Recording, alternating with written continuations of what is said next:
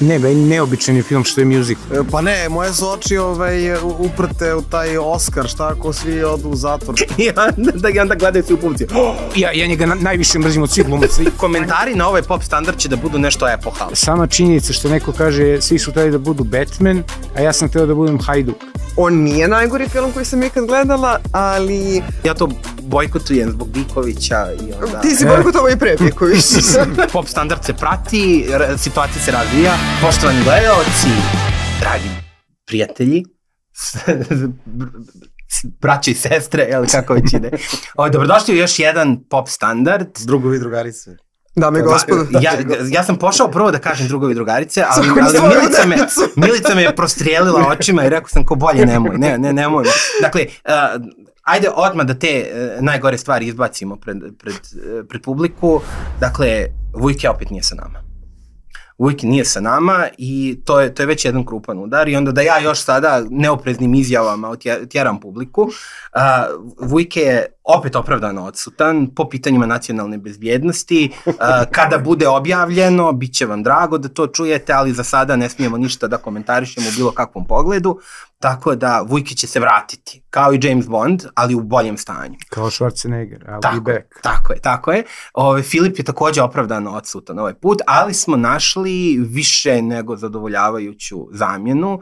Dakle, pored standardne ekipe, sa nama... Vredi za dvojicu. Sa nama u studiju Milica Špadijer, naša istaknuta srpska pjesnikinja i također, što će biti relevantno za ovu epizodu, urednik Malog zabavnika. Milice, dobro nam došla. Bolje vas našla, ja volim jako kad me ti najavljaš, uvijek ide tako istaknuta pjesnikinja. Nema niko. Hvala. Dakle, imamo dosta zanimljivih tema koje smo spremili za vas, ali počinjemo konzervativno, dakle, bukvalno dan pred ovo snimanje održana je u Beogradu premijera Brutaliste, koji je iz manje ili više očiglednih razloga jedan od pretendenata na Oscara ove godine, tako da odlučili smo da počnemo sa tom temom, da bi nam se i Milica predstavila malo našoj publici. Milice, ajde ti prvo da nam preneseš utiske. Pa evo kad si rekao da postoje opravdani razlozi što je u trci za Oscara, jedva čekam da čujem koji su to razlozi.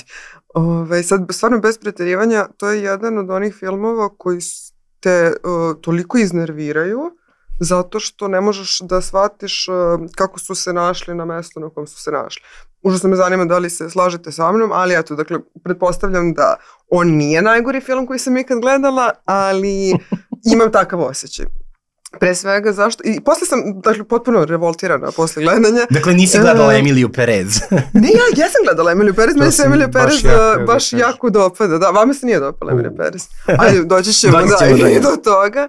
Ali eto, sa Brutalistom je jedan od komentara, posle sam gledala na Letterboxdu, kaže zapravo kao da smo u nekom periodu gde se kompetencija brka sa genijalnošću, zato što je taj film kompetentno napravljen, on je snimljen jako dobro, odglumljen je sjajno, ali taj film je jedan neverovatan mišmaš svačega.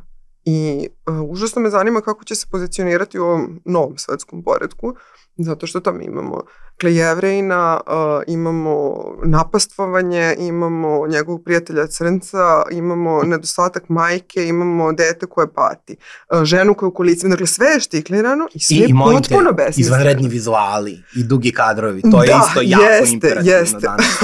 I sad žao mi zato što sam ja otvorila, što sam ga tako popljuvala, ali stvarno film koji traje 3,5 sata bi morao da ima... Mora bi da bude mnogo bolji. U posljednje vrijeme ja mnogo gledam filmove starog Hollywooda i to je to. Trajanje hita je 3,5 minuta, trajanje hita bioskopskog je sat i po vremena, može do 2. Sve što tu može da se ispriča, osim ako ne gledam Apokalipsu sad, mogla da se ispriča. I još jedna stvar za Brutaliste je jako zanimljiva, što je on stvarno napravljen kao neki lažni biopik. I to me podsjetilo na Tar. Ne znam jeste gledali Tar sa ovom... Ne znam kako se tebi dopao, meni je Tar bio fenomen. U poređenju sa ovim. I u stvari strašno film koji je jako intrigantan po pitanju tog svog protagoniste, koja je to jedna žena, lezbijka, optužena za Me Too, u stvari, dakle, za zlostavljanje i cancelovana. I to je nešto što taj film nije zapravo dosta prošao ispod žita, zato što je postavio stvari tako da uopšte nije bilo jasno, ja mislim, publici kako da reaguje na to. Jer to onda ona lezbijka, to je okej, ali ovo zlostavljanje to nije okej. A ona genije, to isto je ono čudno, mi sad ne volimo više genije, volimo da talent ne postoji. Tako da, eto, ta tradicija, mislim, nadam se da će se prekinuti tih lažnih biopikova, je ovde baš dotakla dno, po mom mišljenju. Izvinjavam se svima kojima se film dopao, eto. Ne pa ovako smo se upoznali šta ću. Krenuo si jako Johnom. Marko, koji su tvoji utisci? Pa, meni isto film se nije sad bog zna kako dopao. Sama ličnost glavna tog Laszlo Toth, taj arhitekta koji, mađarski Jevrejin koji je pobegao od holokausta, koji je došao u Ameriku bez svoje žene, ona je ostala u Evropi, u logoru. On je prošao, u stvari, to je posle rata dolazi. Da, on dolazi posle rata, ona je ostala u Evropi i prva scena njegova, on ide kod prostitutke, dok mu je žena, on misli još uvek u koncentracionom logoru. To je malo problematično i to je... Smislilo da misli da je umrla. Ne, on ne zna šta je s njom, on tek dobija pismo kad dođe kod onog svog rođaka. Tu dobija pismo njega da je živa. Pa dobro, računa da je umrla, ali čak i u toj situaciji baš prva stvar... Kaže Bob u Vrućem vetru, potrebno je malo luksuza, kad god je u krizi neko. Ne, izvini, film, on je izašao iz broda i ugledao kip slobode i onda... Sokovi su okrenuti. Novi početak, Amerika, sve to. Ali, što ti si rekao, jako lepo izgleda film, mislim, jako je dobro snimljen i ovo što Milica kaže, kompetentno je snimljen, to je već danas dosta, mislim, to je već danas mnogo. Pa očigledno je previše. Kad imate totalno nekompetentno snimljene filmove... Ali o čemu je taj film? O imigrantima. Tako sam ga ja doživeo. I uopšte... Ja sam ga doživeo tu film o zidanju zgrade. Ne, ja mislim da je najmanje... Da je Taj Mahal pa da gledaš. Ne, ne postoji. Imigrantima koje Amerika iskorišćavala, a sad hoće da ih odbaci. Jer ovo je vrlo osetljiv politički trenutak u Americi. Trump je na sva zvona udario protiv migranata i čak i ovih hoće da vraća ono što su ranije tamo došli, hoće da neki iz Jugoslavije, da ih vraća u Jugoslaviju. Ne znam da li ste to videli. Mislim, u državu koja više ne postoji. Pa sad, pitanje gde će koga... Kako koga, zavisi koga pitaš. Da, pa dobro. Mislim, imaginarno postoji. Ima mnogo imaginarnih klupa na koje možemo da ih smjestimo. Ali, znači, čitav ovaj Oskar je u stvari jedan džinovski srednji prst Trumpu. I očigledno da oni ništa nisu ukapirali koje su se promene desile, tako da vi imate dva izvikanija, najhvaljenija filma. Jedan je o transvestitu, odnosno o narkobosu koji postaje žena i onda postaje dobar. Znači, automatski ako postane trans, onda je dobar. I s druge strane imamo film o tom Mađaru, Jevrejinu koji dolazi i koga isto siluje neki bogataš koji ga iskorišćava, koji ga pokupi da radi za njega i to je tako jedna imigrantska priča o jadnim imigrantima koje Amerika iskoristila. I onda naravno na kraju poentiranje da treba otići u Izrael. Da je Amerika trula, ona žena njegova koja je invalid mu kaže ovde vazduh je truo, sve hrana je trula, sve je trulo, treba da idemo u Izrael. I prvo ode njegova rođaka, ćerka njegove sestre, onda kasnije ode i žena, koliko sam shvatio. Da neko mi bude trulo i zbog nas.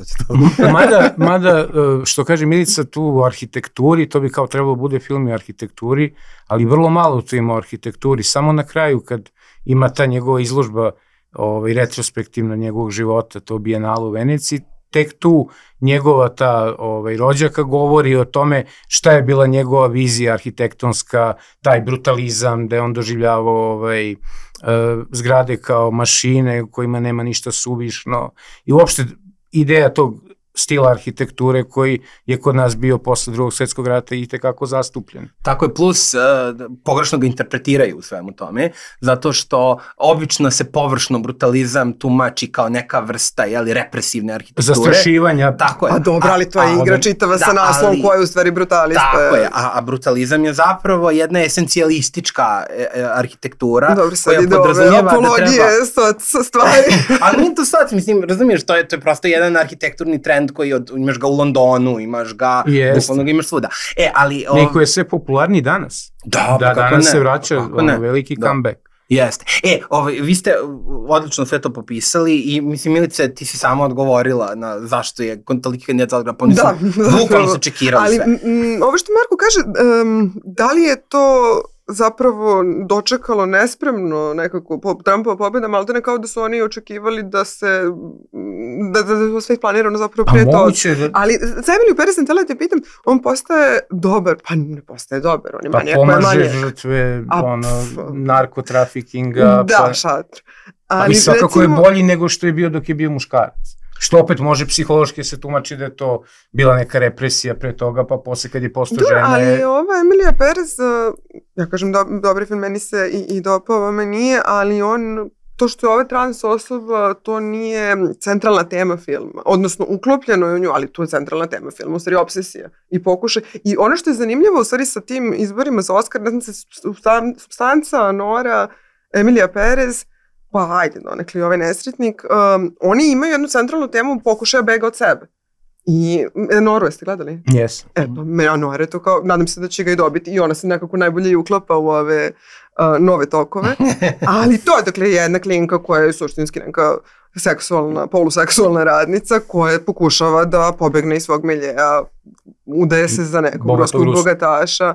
Supstanca je priča o ženi koja je u 50-ima pokušava da svoje telo... Rusi koji su kao nosioci pravoslavne civilizacije tako donose i oprosti carstvo nebesko, je li tako? Pa gledajte film kao vidjet ćete. Ali dobro, da, mislim i Jura Borisov vidim, nadam se da će i on dobiti ovog Oscara za sporednu ulogu. I konačno da, onda Emilija Perez ima tu, ponovo je to tema, dakle ti pokušavaš da promeniš pol, pobegneš od sebe, u suštini se na kraju vraćaš u svoju kuću i svoje ženi i opet ne možeš da zadržiš, mislim. To što je u pitanju trans osoba je nešto što je dekor tu u suštini. Ne, neobičan je film što je musical, mislim, to je jako kao i Joker, drugi deo koji isto bio musical, potpuno bizarno, mislim. Da, to je za malo, on će da se nakupi onih malina.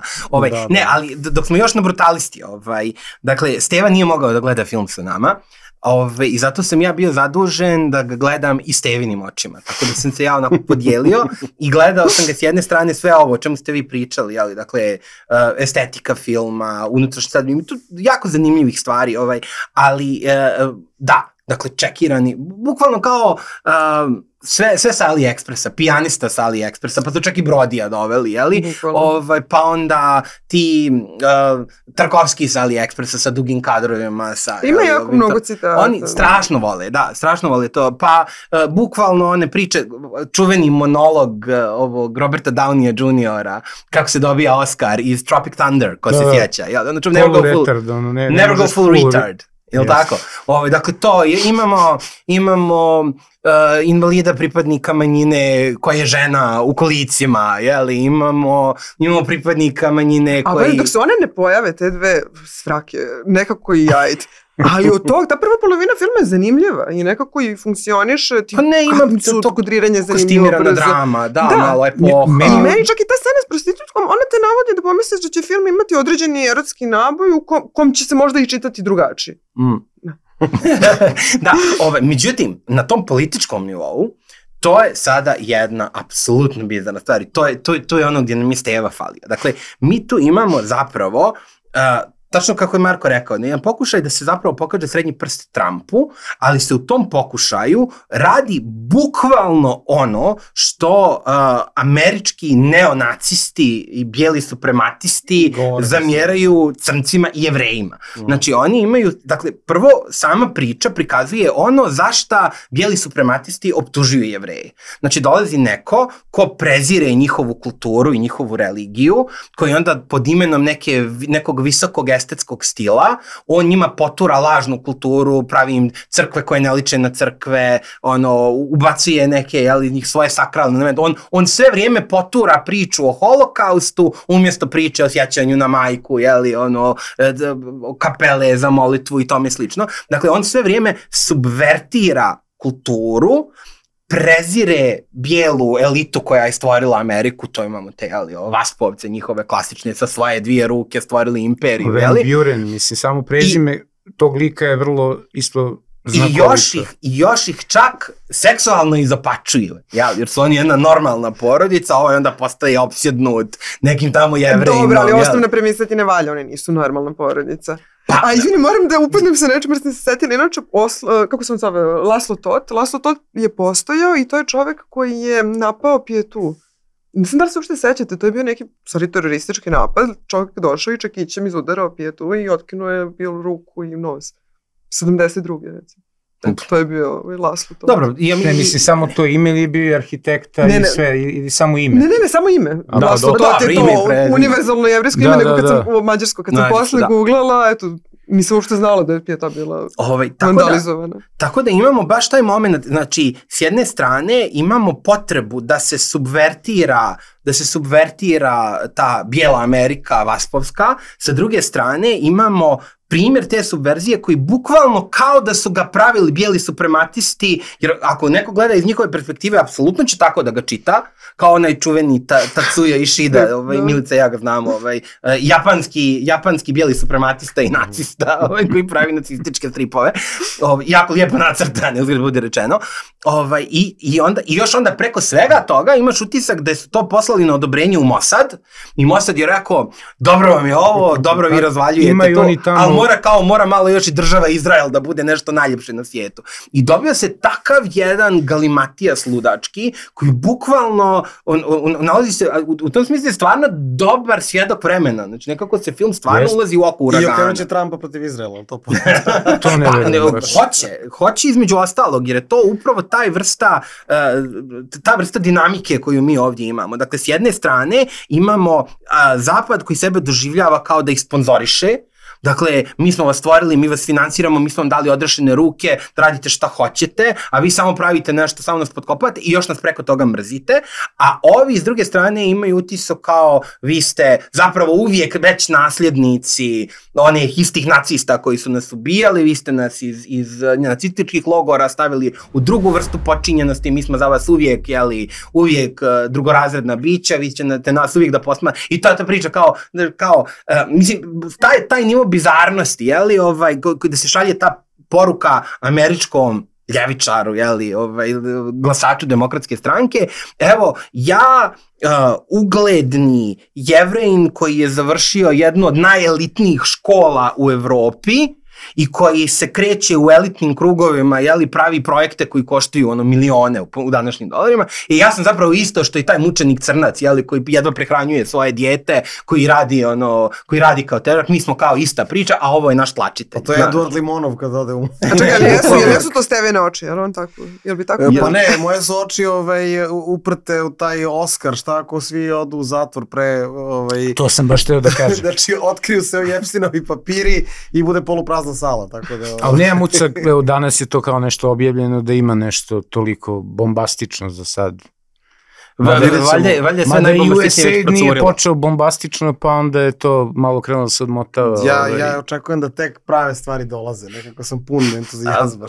Mi smo pričali već ovdje kako se američki glamur preselio sa njihovog filma na njihovu politiku, tako da a i u tome smo prvi bili mi, mora da se kaže.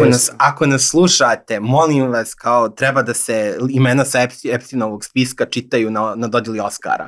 A sada u ovoj koverti je... I onda gledaju svi u publici. Tako reći najbolja muška uloga.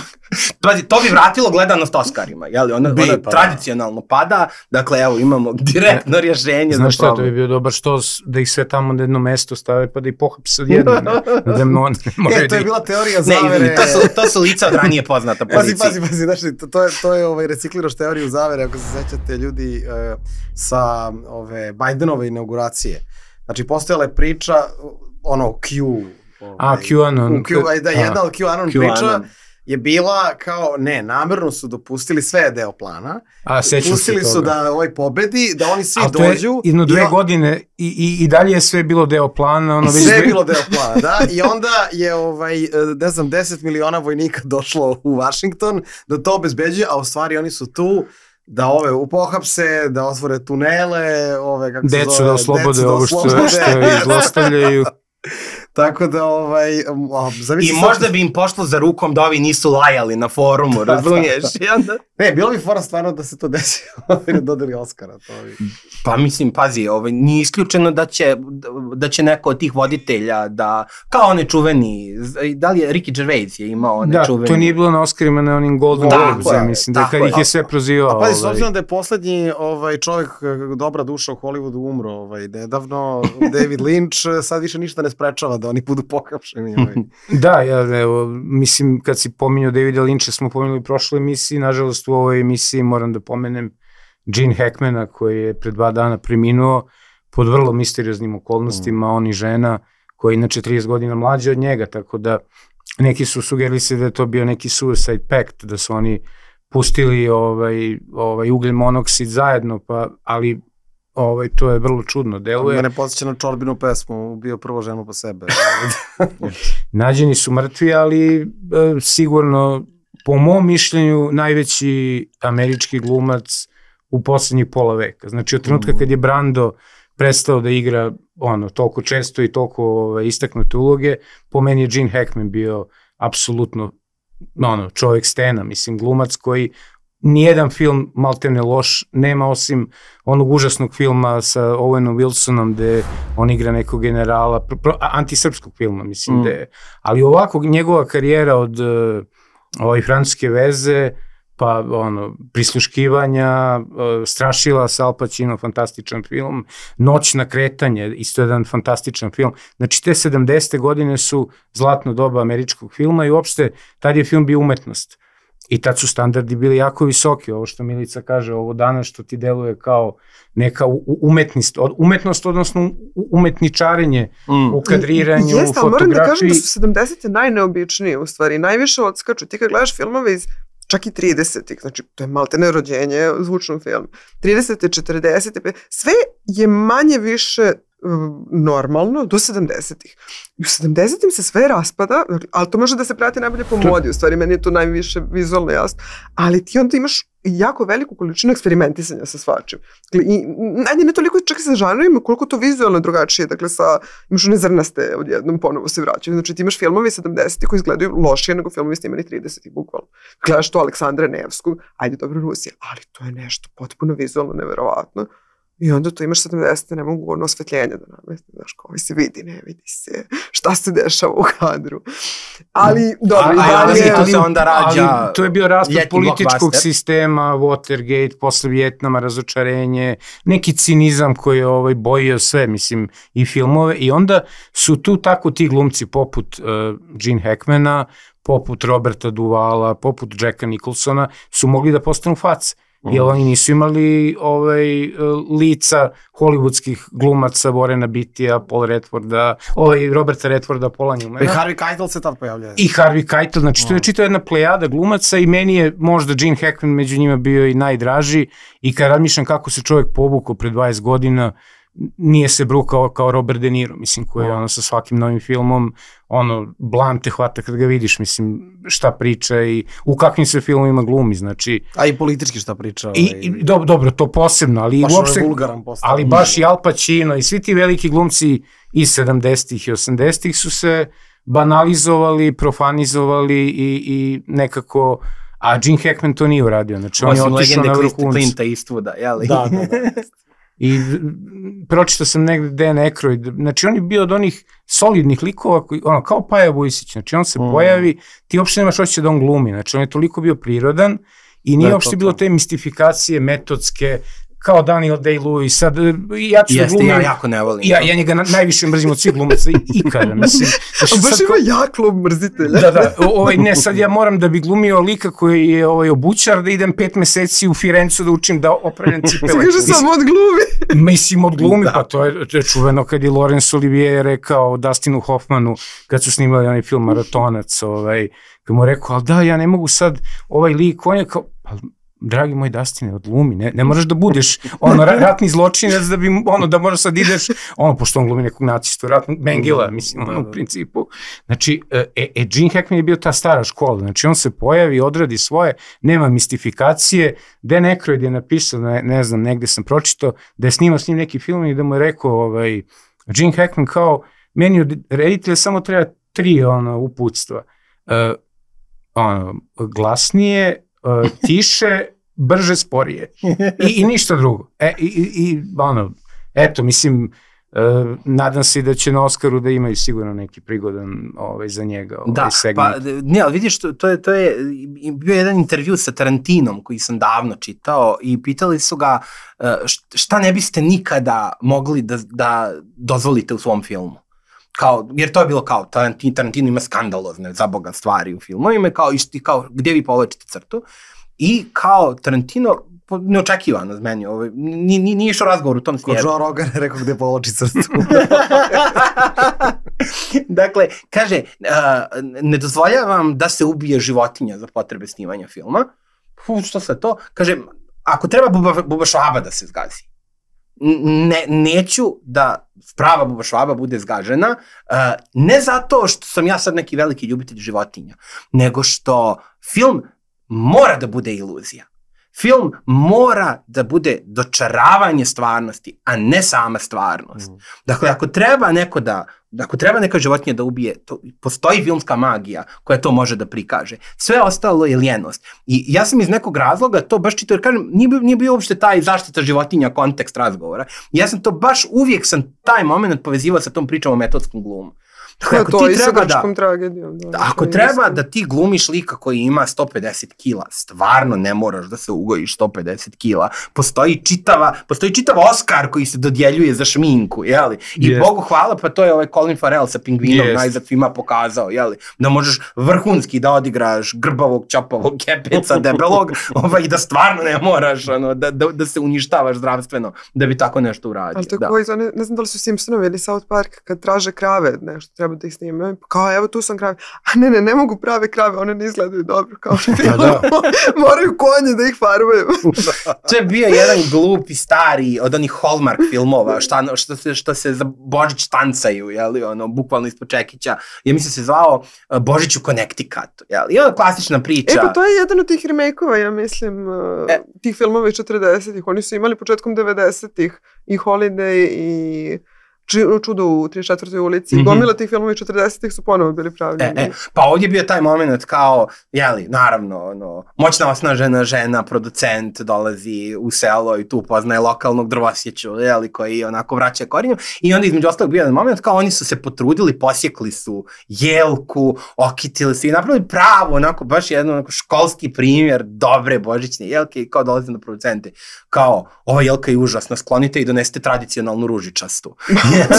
Ali ako je to taj film da u originalu je ona piše recepte i onda nešto... Pričaš o kom filmu? Christmas in Connecticut, ako je to sad, ne znam da li se dobro sećam, ali jedan od tih filmova. Da, ona imala kuvarsku emisiju u ovoj drugoj. A onda se to ispostavlja da ona treba negde da se pojavi, da otkrije svoj identitet, ono što ne ume da kuva. Ona piše kao da živi to na selu negde, a u stvari je u nekom njujorškom rupi, nekom stanu.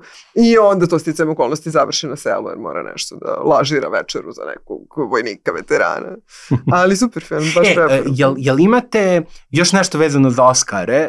Dakle, očigledno to dijagnoza je... Ali pazi, to što ti rekao, da, oni će sada malo da se junače pred Trumpom, ali mislim da mi sada imamo situaciju gdje ćemo imati bar 1-2 godine potpuno istrgnutih filmova iz konteksta, jer mislim... Oni su nas snimali već dosta i sad moraju to da... Jer su očekivali Bidenovu pobedu, ali nisam siguran, jer mislim... Ne, nije čak ni da su, mislim da nije čak ni stvar toga da su oni očekivali Bidenovu pobjedu, nego jednostavno nisu mogli da zamisle da će taj kulturni trend u kome su se oni našli, da će on nikada se zaustavi. Dakle, ja mislim da su oni razmišljali da će na vrhu talasa biti samo onaj koji je još više woke, još više osvješćen, ima još više tranđi, još više homoseksualnih brakova i svega ostalog. Znaš? Ne, to ti je RTS, kako se zove, izbor za Evropesku. Ne, ali vidiš što je sad poseban bizar moment, znači pojavi se ta Emilija Perez koja treba da bude savršen film za tu publiku, transgender i sve to. Ne, i onda se taj, kako se zove, Carla Sofia Gascon, taj prvi glumac transgender koji je nominovan za Oscara, ispostavi se da on ima neke jako problematične tweetove od recimo 3-4 godine. To je genijalno, vidio sam. I sad odjednom čitava ta kampanja te Emilije Perez se ruši, zato sam siguran da će... Bilo je jako neprijatno. Bilo je vrlo neprijatno, jer on izgleda nisu to istražili, ne znam, mislim... Pa kako će da istražuješ? Ne, ili to je bila praksa, kad nađu nekog komičara da vodi Oskare, onda 2 nedelje posle toga se ispostavi da je, ne znam, pre 7-8 godina rekao nešto o crncima ili o Jevrejima ili o ženama. Znači, mislim, evo ja razmišljam sad da mene izaberu da glumim u Oskarovskom filmu i da nekom čudom dobijem nominaciju, kad bi sad neko krenuo češlje šta sam ja sve pisao na Facebooku za 10-15 godina unazad, mnogo bi bilo gore nego što su našli a stvarno bi bilo gore. I to je razlog što te niko ne uzima ovdje. Ne, to je razlog što ja neću ni sam, mislim šta sad, zašto da pravim sebi probleme, ali je... Za Oskar popularnosti. Fascinantno šta je, nije to uopšte ništo toliko strašno. Komentari na ovaj pop standard će da budu nešto epohalno. Znači sad kad publika krene, evo šta je sve Marko izjavio. Ne, sad naravno, dosta je obrisano. Pod uslovom to, da kažem da Facebook nije već pravio, jer on se terao jedno vreme, nalazio nam je te nove postove iz 2019. Deepseek će da nađe, naravno. Ali šta je on, mislim, kako god zamenice, pisao, znači to ništa nije toliko strašno. Znači, otprilike smeta mu porast broja muslimana u Španiji, žene koje se pokrivaju i to isključivo u kontekstu odnosa islama prema ljudskim pravima. Ne, znači to je komentarisao, pa je komentarisao kineske vakcine, što je isto bio mainstream u Americi, nije to bilo nešto... Bio je Srben, da, stvari. Da, znači nije bilo nešto tu toliko strašno, a sad od toga prave... Pa ne, to je muka sa cancel kulturom, što ti u svakom trenutku... I ne znaš kako će da se okrenu stvari da ono što si danas pisao, što je potpuno prihvatljivo, u jednom trenutku možda postane za smrtnu kaznu, mislim, to je... Da, zato su storiji toliko popularni, ali nestaje poslije 24 sata, pa sad... Da, to klinci su pametni. Ja vidim, moja ćerka, njena generacija, ništa, na primjer na Instagramu, samo storiji. Ništa ne ostavljaju postove, jer nestaje ono... Da. Dobro, to je, nećemo u drugom filmu, zato što imamo jedan lijep i cjelovit blok koji je, kako bi Amerikanci rekli, wholesome, i onda treba publiku da pripremimo za te dostojanstvene srpske sadržaje, tako da nema nam Vujketa ovdje da zabrani, tako da imamo muzički intermezzo koji nam je pripremio Stevo, izvoli. Pa ovako, znači, afera o kojoj sam pričao prošli put, Dabro, pop standard se prati, situacija se razvija. Tako je, situacija se razvija. Dabro je čovek koji je ni kriv ni dužan osuđen zato što je u Hrvatskoj, zato što je mu isplivao snimak, da ponovim kao iz stare epizode, gledali ste. Ko nije pratio? Gledali ste u pop standardu. Znači, pustio je srpsku pesmu kosovsku, Karanfil se naput sprema i to ga je puklo. I onda je izvukao, izvukao pištolj i opali, rekao, samo za moga druga Marija. I ispalio je šaržer negde u livadu, ali pozadina toga je što njega juri šumska mafija. Jer to je istina sve. Znači, on je njih ekspozovao da su pokrali nešto nekih 150 miliona evra tokom godina od šuma i morao je kako se zove, direktor... Bukvalno meda iz zeka, da. I direktor Hrvatskih šuma je morao da podnese ostavku zbog toga. Sad, oni su Dabri... I tu smo ga ostavili, tu su bili, pravda je triumfovala, Srbi su opet pobjedili. Ja mislim da je to u stvari progon Dabre samo zato što je Srbin, to je po nacionalnoj osnovi, on inače u domovinskom pokretu, kao i svi Srbi. Kao i svi Srbi, uglavnom, tako je. Znači, Dabro je sada poslat u zatvor na mesec dana, skinut mu je imunitet, ali on i dalje ostaje poslanik. Sad zapleti u tome što dok je on u zatvoru, hrvatska vlada ne može ništa da izglasa, jer on sam može da obori vladu. A podržao ga je Milanović, iako je on protiv generalno domovinskog pokreta, ali ja mislim po toj srpskoj liniji da ga je prepoznali su se, jednostavno čuvaju se, drže jedni drugima leđa. Sad, to je što se toga dela tiče. Naravno da umetnost uvek prati te političke tokove. Znači, to su te stvari koje nam naši građani treba da se malo ugledamo na Hrvatsku, jel? Jer mislim da to je ipak Evropska unija i standardi i politika, jel? Jeste, i sad muzičke standarde je tamo davno postavio najveći Srbin u Hrvatskoj, Marko Perković Thompson, koji je izašao prvo sa onom pesmom što je iskopirao Slobodana Vasića, hit iz 2013. godine, Anonimna, i napravio je pesmu ovu, ako ne znam što je bilo, nek ti kaže Lika, i ta je pesma zaista doživjela veliki uspeh, ali zajedno on i njegov komšija, ne znam da li su rođaci možda čak, Baja Malik Ninja, su izašli sa dve cringe pesme totalno. Čekaj, to nije ista pjesma, ta o kojoj si sad rekao? Ne, ima sad pesmu Follow Up koja se pojavila. Koja je cringe, dobro. Koja je totalni cringe, zove se Nepročitano pismo i to je kao pismo Petra Zrinskoj, njegovoj ženi, mislim, ona je užasno, pokušajte da izdržite, ja sam u etapama je slušao, za razliku od ove prethodne koja je super, ona je pevljiva i preporučujem je za žurke i tako, baš je dobra. Čak i unapredio Vasićevu verziju dosta, u muzičkom smislu. Znači, iz političkih razloga su dve nove pesme se pojavile. Jedna, znači ta Thompsonova, ja pretpostavljam da je to verovatno anticipira ova hrvatska služba probleme sa Mađarima, pa onda pokušavaju nekako da pripreme teren za to. Pošto su Mađari već izrazili preteritorijalne pretenzije na Baranju, što ja mislim da je skandalozno, jer prosto Baranja je deo Vojvodine. Pa da, Srem, Banat, Bačka i Baranja su originalno bili deo Vojvodine Srbije. A i najavili su da će da idu ovi specijalci da čuvaju Dodika, pa mogu da se zadrže kad budu prolazili. Tačno.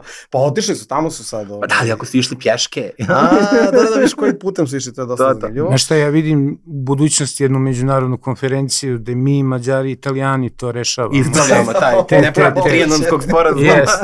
Pa tačno, mislim, imamo saveznike Dabra i Milanovića i Marka, druga Marka. Znači, drug Marko je izašao sa tom novom pesmom koja je stvarno loša, ja mislim da je fijasko u odnosu na ovu. I Baja je napravio još goru pesmu, kako se zove nešto, Vojvodina naša mila, potpuno u skladu sa novim botovskim trendom koji je Vučić pokrenuo kad je izmislio vojvođansko pitanje. Tako da, eto, mislim da su tu dosta pali, ali ja verujem u njihovu bojicu da će da poprave svoj muzički, kako da kažem, opus, tako da, eto, to je ono što se desilo. Tu je rešenje da snime duet. Pa mogli bi, tačno. Ako su mogli Jay-Z i Nas. Pazi, onda bi se zvali Bijelo dugme. A to su već radili Bora Čorba i Jura Stublić. Oni su imali kao taj proto sukob. Nego, kad smo kod toga, pojavila nam se Alka Vujica. Jeste, Alka Vujica je, ali vidiš, pametno si to radio. Ja sam baš pošao da te ukorim, kao krenuo si antiklimaktično, znaš, prvo je krenula legendarna priča sa Dabrom, koji blokira Hrvatsku državu iz zatvora, kao Mendela, čovječe. Bukvalno, a duboka država ga mrzi i sabotira ga sve vreme. Jer hoće da raste da kradu šume. To je kao, Majko, hoćemo Nelsona Mendelu, imamo Mendelu kod kuće, imamo Mendelu doma. Dobro, i onda je kao malo bilo antiklimaktično, ali si napravi se potez Alku Vujicu.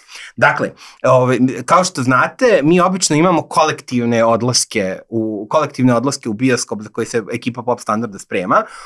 Dakle, Brutalista je ovdje kao trebalo da nam bude ta velika tema, ali, kako da kažemo, ostali smo neushićeni njime. Međutim, nekako si ti rekao divno, film deluje kao da traje sad duže nego što traje, znači 3,5 sata još. Da, 3,5 sata, a djeluje nekako kao da je 4. Ja sam bio krao, ili moguće da je već ovoliko sati.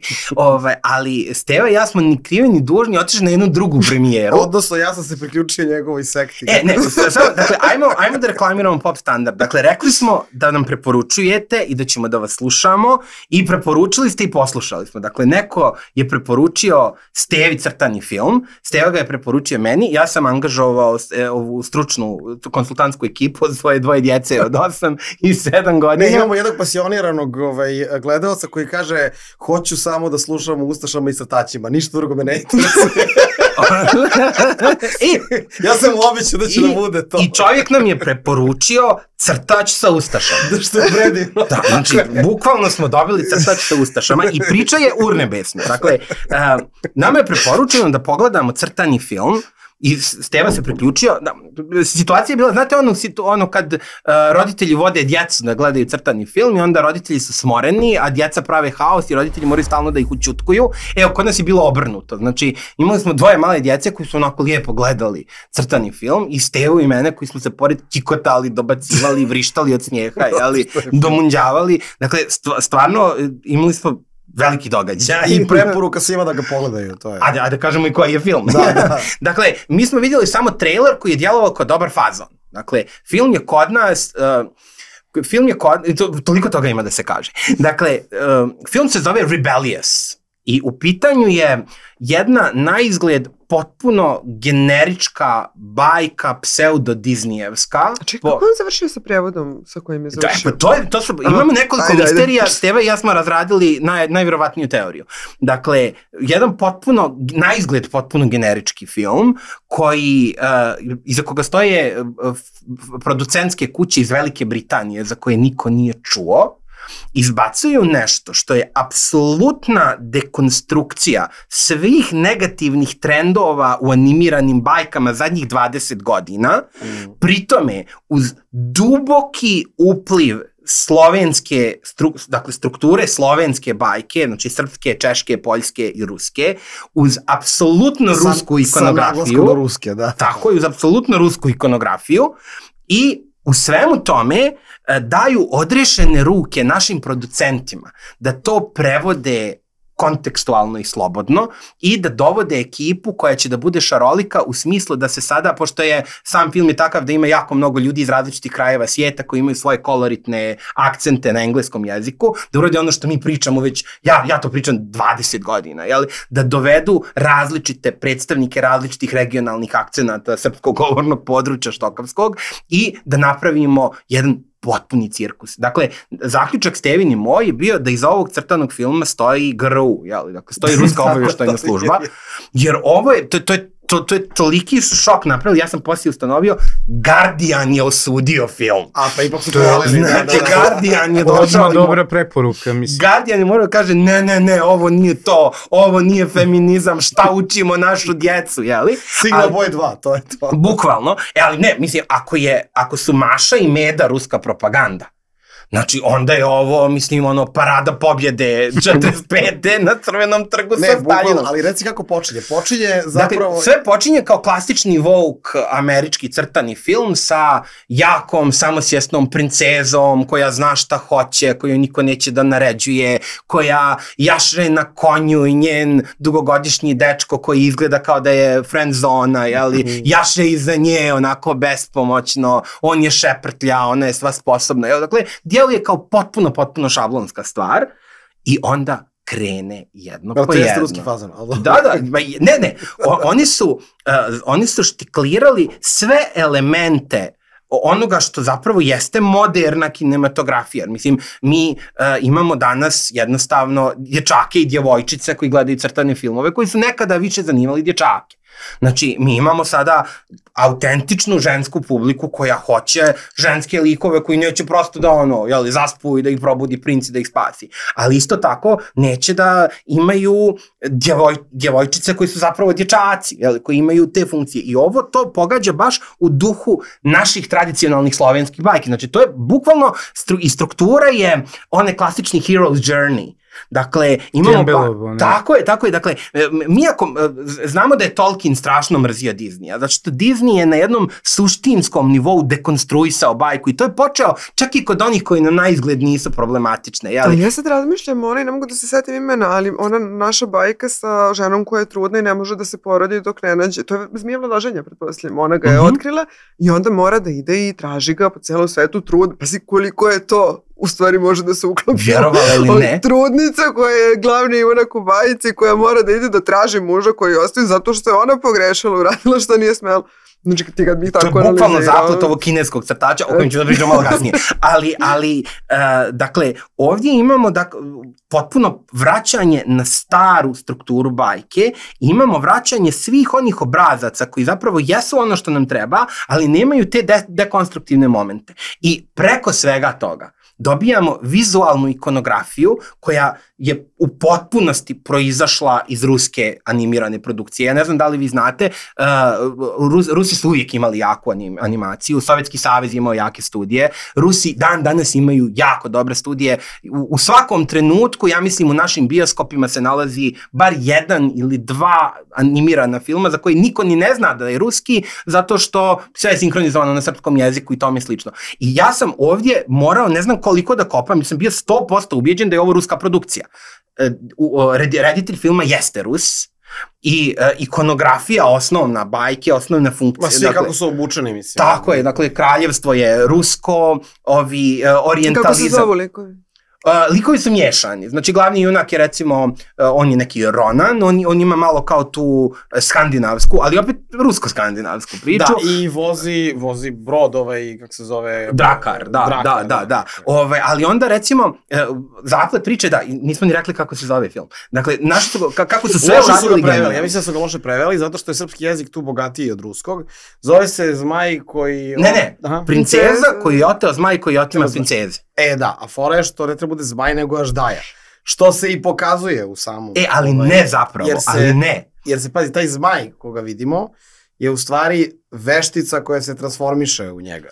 Zmajevito biće. I to je opet moment slovenske, zato što zapadna skandinavska mitologija podrazumijeva da je zmaj animalističko biće. Dakle, on može nekada da bude inteligentan, ali on je primarno životinja. Nema dušu. Tako je. A slovenska mitologija podrazumijeva da je zmaj obično biće koje može da mijenja oblik. I ovdje imamo baš to. Vješticu koja se pretvara u zmaja, koja i opet kažem... I u zmiju isto. I u zmiju, što inače zmij, zmaj, to jeste... Mislim, nevjerovatna je stvar. I kad se preko svega toga doda genijalan prevod i doda taj moment, jeli, da mi imamo, mislim, Međeda koji priča kao Krajišnik, da imamo zlog čarobnjaka orijentalnog...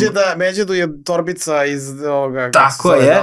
Imamo nekog druida koji je... Druid je... Kome daje Čvarkov, je Čvarkov, tako je. I koji završi ko, Bože me prosti, starac Vukašin. Znači ima taj moment jedan, kad ga zakolje lik, pa mi na početku kažemo, ja kažem kao ovo je Ukrajinac, znači napravili su ga kao Ustašu, da bude pokvaren, moćan, ohol i čovjek, mislim... I fizički izgleda kao neki, i ima čak i srbosjek na kraju, ono ima nešto za kožno, je bukvalno sa nože. Ima kratki nož i ima omotanu kožu, bukvalno izgleda kao srbosjek. Da, i samo hoće da ide okolo i da hoće da ide polje. I na kraju misli, sad, taj se žrtvuje u stvari, četvrčki hrišćanski moment, Jeste. Starac se žrtvuje za tog mladog, tako što je uzeo njegovo obličje, jer je on čarobnjak, i misli da je ubio njega, u stvari je, smrtno je ranio starca, koji je i dalje živ, da bi nešto mogao... I raskinuo je kletvu. Da, tako da, šta je to zanimljivo, on je uradio zlo, ali Bog je to transformisao u dobro. Da kažemo da je taj neki motiv se vidi. Malo sam onaj mim što računa, ali... Ne, kompleksan je film. Kompleksan je film, Ja u glavi isto pokušam da složim to u neku priču. Glavni negativac je počinio zločin, ali je stvar u tome što je iz toga zločina proisteklo nešto, znači rezultat konačan je dobar. Zato što su raskinute te čini, ali šta je zanimljivo, znači akcenti, znači ovaj kad kaže sad se sve čoča vrati, to kaže medved. Ali kažem opet, znači... Sjetio sam se jedna legendarna Facebook stranica, mimerska, hrvatska, posvećena Sanaderu, koji zove Ćaća se vraća, tako da... Inače crtači treba gledati samo sa Stevom. Nama je Steva falio kad smo gledali Brutalistu da nam uljepša i da kaže ko na koga liči. I da kaže i ko je zapravo ko u cijeloj toj priči, jer ja to ne mogu da pohvatam. Jer Bob Dylan rekao si Da, u svakom filmu, od Partenope do... Ne, ali ovdje je poenta u tome, dakle imamo sve ono što su trope klasičnih američkih filmova, ali nisu otjerani u krajnost. Princ koji spasava princezu, jel, taj njen Đuvegija, princeza je samostalna, moćna, jeli, spremna spremna da se bavi politikom, ali je istovremeno i ženstvena, i hoće brak, i hoće smislenu, dugoročnu vezu sa momkom koga voli, i to je vrlo prirodno u cijeloj toj priči. Zmaj ugrabi princezu, gomila prinčeva, kao u našim pričama, jel, idu 3 brata, samo što nisu 3 brata, idu različiti prinčevi da je spasu, i sad pazite cirkus. Znači imamo tog našeg glavnog junaka, koji je kao cvikeraš, ali nije ono što bi Amiri rekli nerd. Znači, on nije nesposobni, jeli, knjiški moljac, on je pravi plemić, ali plemić koji se ne bavi ratovanjem, nego se bavi čitanjem. Dok ne dođe trenutak da treba da se bavi ratovanjem. Tako je, on je pravi onaj najmlađi sin, koji ide u priču, koji je... Vojnović. Tako je, on je najpametniji, on je hrabar, ne mora nužno da bude najsposobniji, ali zna da mućne glavom. Ženitba Dušanova, dok sam se... I on onda ide iz situacije u situaciju, spašava sitne životinje, pa mu se životinje vraćaju. Dakle, baš potpuno mehanizam naše priče i ima taj povratak natrag, koji je jako specifičan, jako važan za herojsko putovanje. A sad ti drugi prinčevi koji idu za princezom, dakle imamo čarobnjaka kome daje glas maca, zlog čarobnjaka. Zlog čarobnjaka. Čarobnjak ima zli. A zli čarobnjak inače isto je ruska fora, znači to je Hatabić, odnosno mešavina Hatabića i Sinjaja Barada, ovaj plavobradi, koji otima princeze i u originalu on ih ubija praktično. On ih pretvara u slato. Tako ih i ubija, tako što ih pretvara ih u kipove. S tim što je ova naša priča ima happy end za razliku od... Da, pa dobro, ipak je za djecu crtani film. I dakle,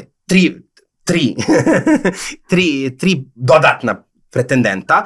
Jedan je Crnac Crnogorac. To je, mislim... To je potpuno predivno. Montenegro. Da, on je Crnac i to su stvarno prevodioci i producenti super lucirali. On je po temperamentu Crnogorac. On je najbolji, najljepši.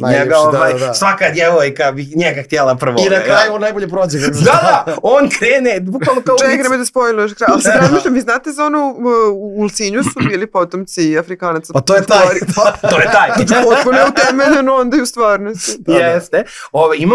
Imamo jednog Azijeta, koji bukvalno opet ruska priča, znači nije ono za kinesku publiku, nego bukvalno za rusku onako, blago tupavi rođak iz Čukotke, koji ima kontrolišuću azijetsku mamu, koju je daje glas Alka Vujica. Inače što dalmatinski, ja rekao šta majka mu je Hrvatica. Pa da, baš kao dalmatinska kontrolišuća majka, predivno. On je sluša sve. Jeste, on je ako sam poslušan, fin. Ja sam tebe gladno pomalo I rekao debeljuškast je jaše debelog magarca. Jeste, da. I imamo tog lika Ustašu, jeli? On je zapravo obrazac Ukrajinca, onako tetoviran. I kao što su Ukrajinci više dinaroidni u odnosu na drugi Ruse, tako i ovaj dinarac. Jaki nos, jaka vilica, on je sad plah, jeli, tome slično, i neprekidno je uvrijeđen svime i gleda i sve hoće da riješi sikirčetom ili nožem. Mislim, široki brijeg, razumeš taj fazon. Tako, i sad pazi taj moment.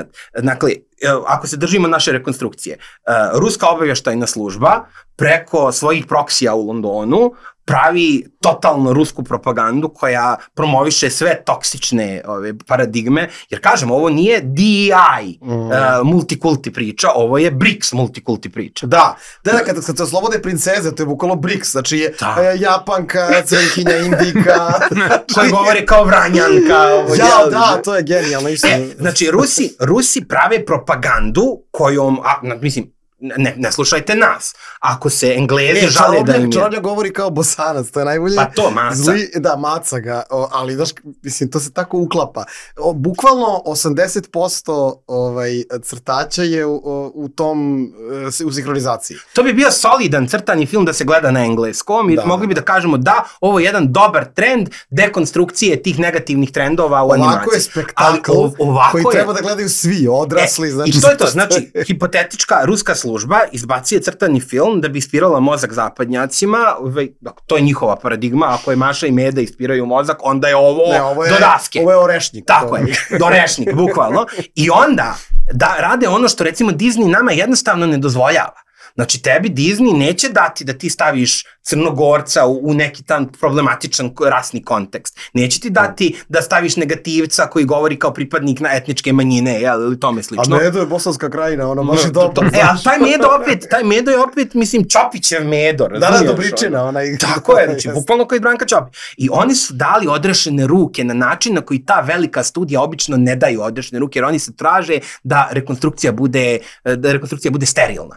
Oni su ovdje dali potpuno, i prvo su prevodioci napravili spektakularan posao i samim tim su taj horizont nevjerice pomjerili sa ruske bajke, koja je očigledno obrazac, na naše bajke, ono Zlatna jabuka i 9 paunica, baš Čelik i tome slično, i dobili smo jedan potpuno raskošan primjer, znači ono da se pušta djeci srpskoj narednih 20 godina, jel, dakle, samo da se nadam da će ta ćelija službe da nastavi da štanca stvari. Ne, i arhitektura je isto. Ma da, pa sve. Pa onda imaš, kako se ti si prepoznao? Kao bajka o caru Saltanu Puškinova. Ne samo prepoznao si onog autora slika. Da, Verešagin, imaju tamo, mislim, strahovito mnogo motiva iz ruske kulture. A što jako zanimljivo, sjedili smo Steva i ja, gledali smo ekipu. Znači, to nije ekipa puna Rusa, jel? To su sve neka evropska imena. Ili su bukvalno izmišljali John Smith imena. Tako je. Znači, ono, it is I, Leclerc, jel?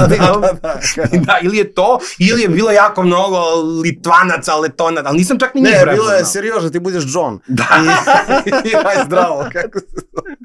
Bukvalno tako. Tako, gledajte Crtač, odličan je. Sami smo otvorili naš omladinski blok i to je jedan od razloga što smo naravno i pozvali Milicu kao referentnu osobu za omladinsku kulturu i dežurnog trovača nevine srpske omladine srpstvom. Ali imamo još jedan spektakularan crtani film da pričamo o njemu, ali prije toga Hajduk u Beogradu. Pa da, evo to. To je o tom fudbalskom gostovanju čuvenom. Ne, nije, nemoj sve da teramo na šegu. U prošloj emisiji sam potpuno pominjao tu knjigu, baš kad smo Sigma Boy pričali o toj popularnoj kulturi za mlade i pomenuo sam Hajduka u Beogradu i možda 10 dana posle toga su javili da je preminuo Gradimir Stojković koji je napisao čitav taj serijal, tu ima 9 knjiga o Hajduku. I želeo sam da kažem da, mislim, koliko je meni značila ta knjiga i uopšte generacijama i pre mene i posle mene. Ja sam je čitao, recimo, 92. 3. kad sam bio 6. i 7. razred. Hajduk je lik fantastično smišljen.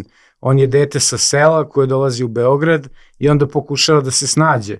I jako je lepo prikazano to kako izgleda kad si outsider u velikom gradu, kada te odeljenje ne prihvata, odnos sa roditeljima isto je zategnut, roditelji sad mnogo više rade nego kad su bili na selu. Znači, sjajno su prikazali tu vizuru Beograda, vizuru došljaka koji dolazi u Beograd, ali inače čitav taj serijal afirmiše neke pozitivne vrednosti i uopšte i drugarstvo, i iskrenost, poštenje, sama činjenica što neko kaže svi su hteli da budu Batman, a ja sam htio da budem Hajduk. Gligorije Peciko za Hajduk, samo i tim što se on tako zove i što to Hajduk stalno odzvanje je fenomenalno. I ta knjiga je, ja mislim da je imala ta prva knjiga preko 500.000 prodatih primeraka, sve zajedno kad se sva izdanja. Najčitanije, mislim, možda čak i ovako bestseller, da ne računamo samo dečiju književnost, je jedan od najčitanijih knjiga i najprodavanijih. I kasnije ja sam čitao 3, znači ima onaj prvi Hajduk dolazi u Beograd, pa onda ima Hajduk protiv vetrenjača kad on krene u srednju školu. To sam htjela da pitam, on dolazi u 8. razred. Da, on dolazi u 8. razred, pa onda ide srednja škola, onda sam čitao i onu 3. Hajduk s druge strane kad on dolazi kao nastavnik u školu koja je nekada bio.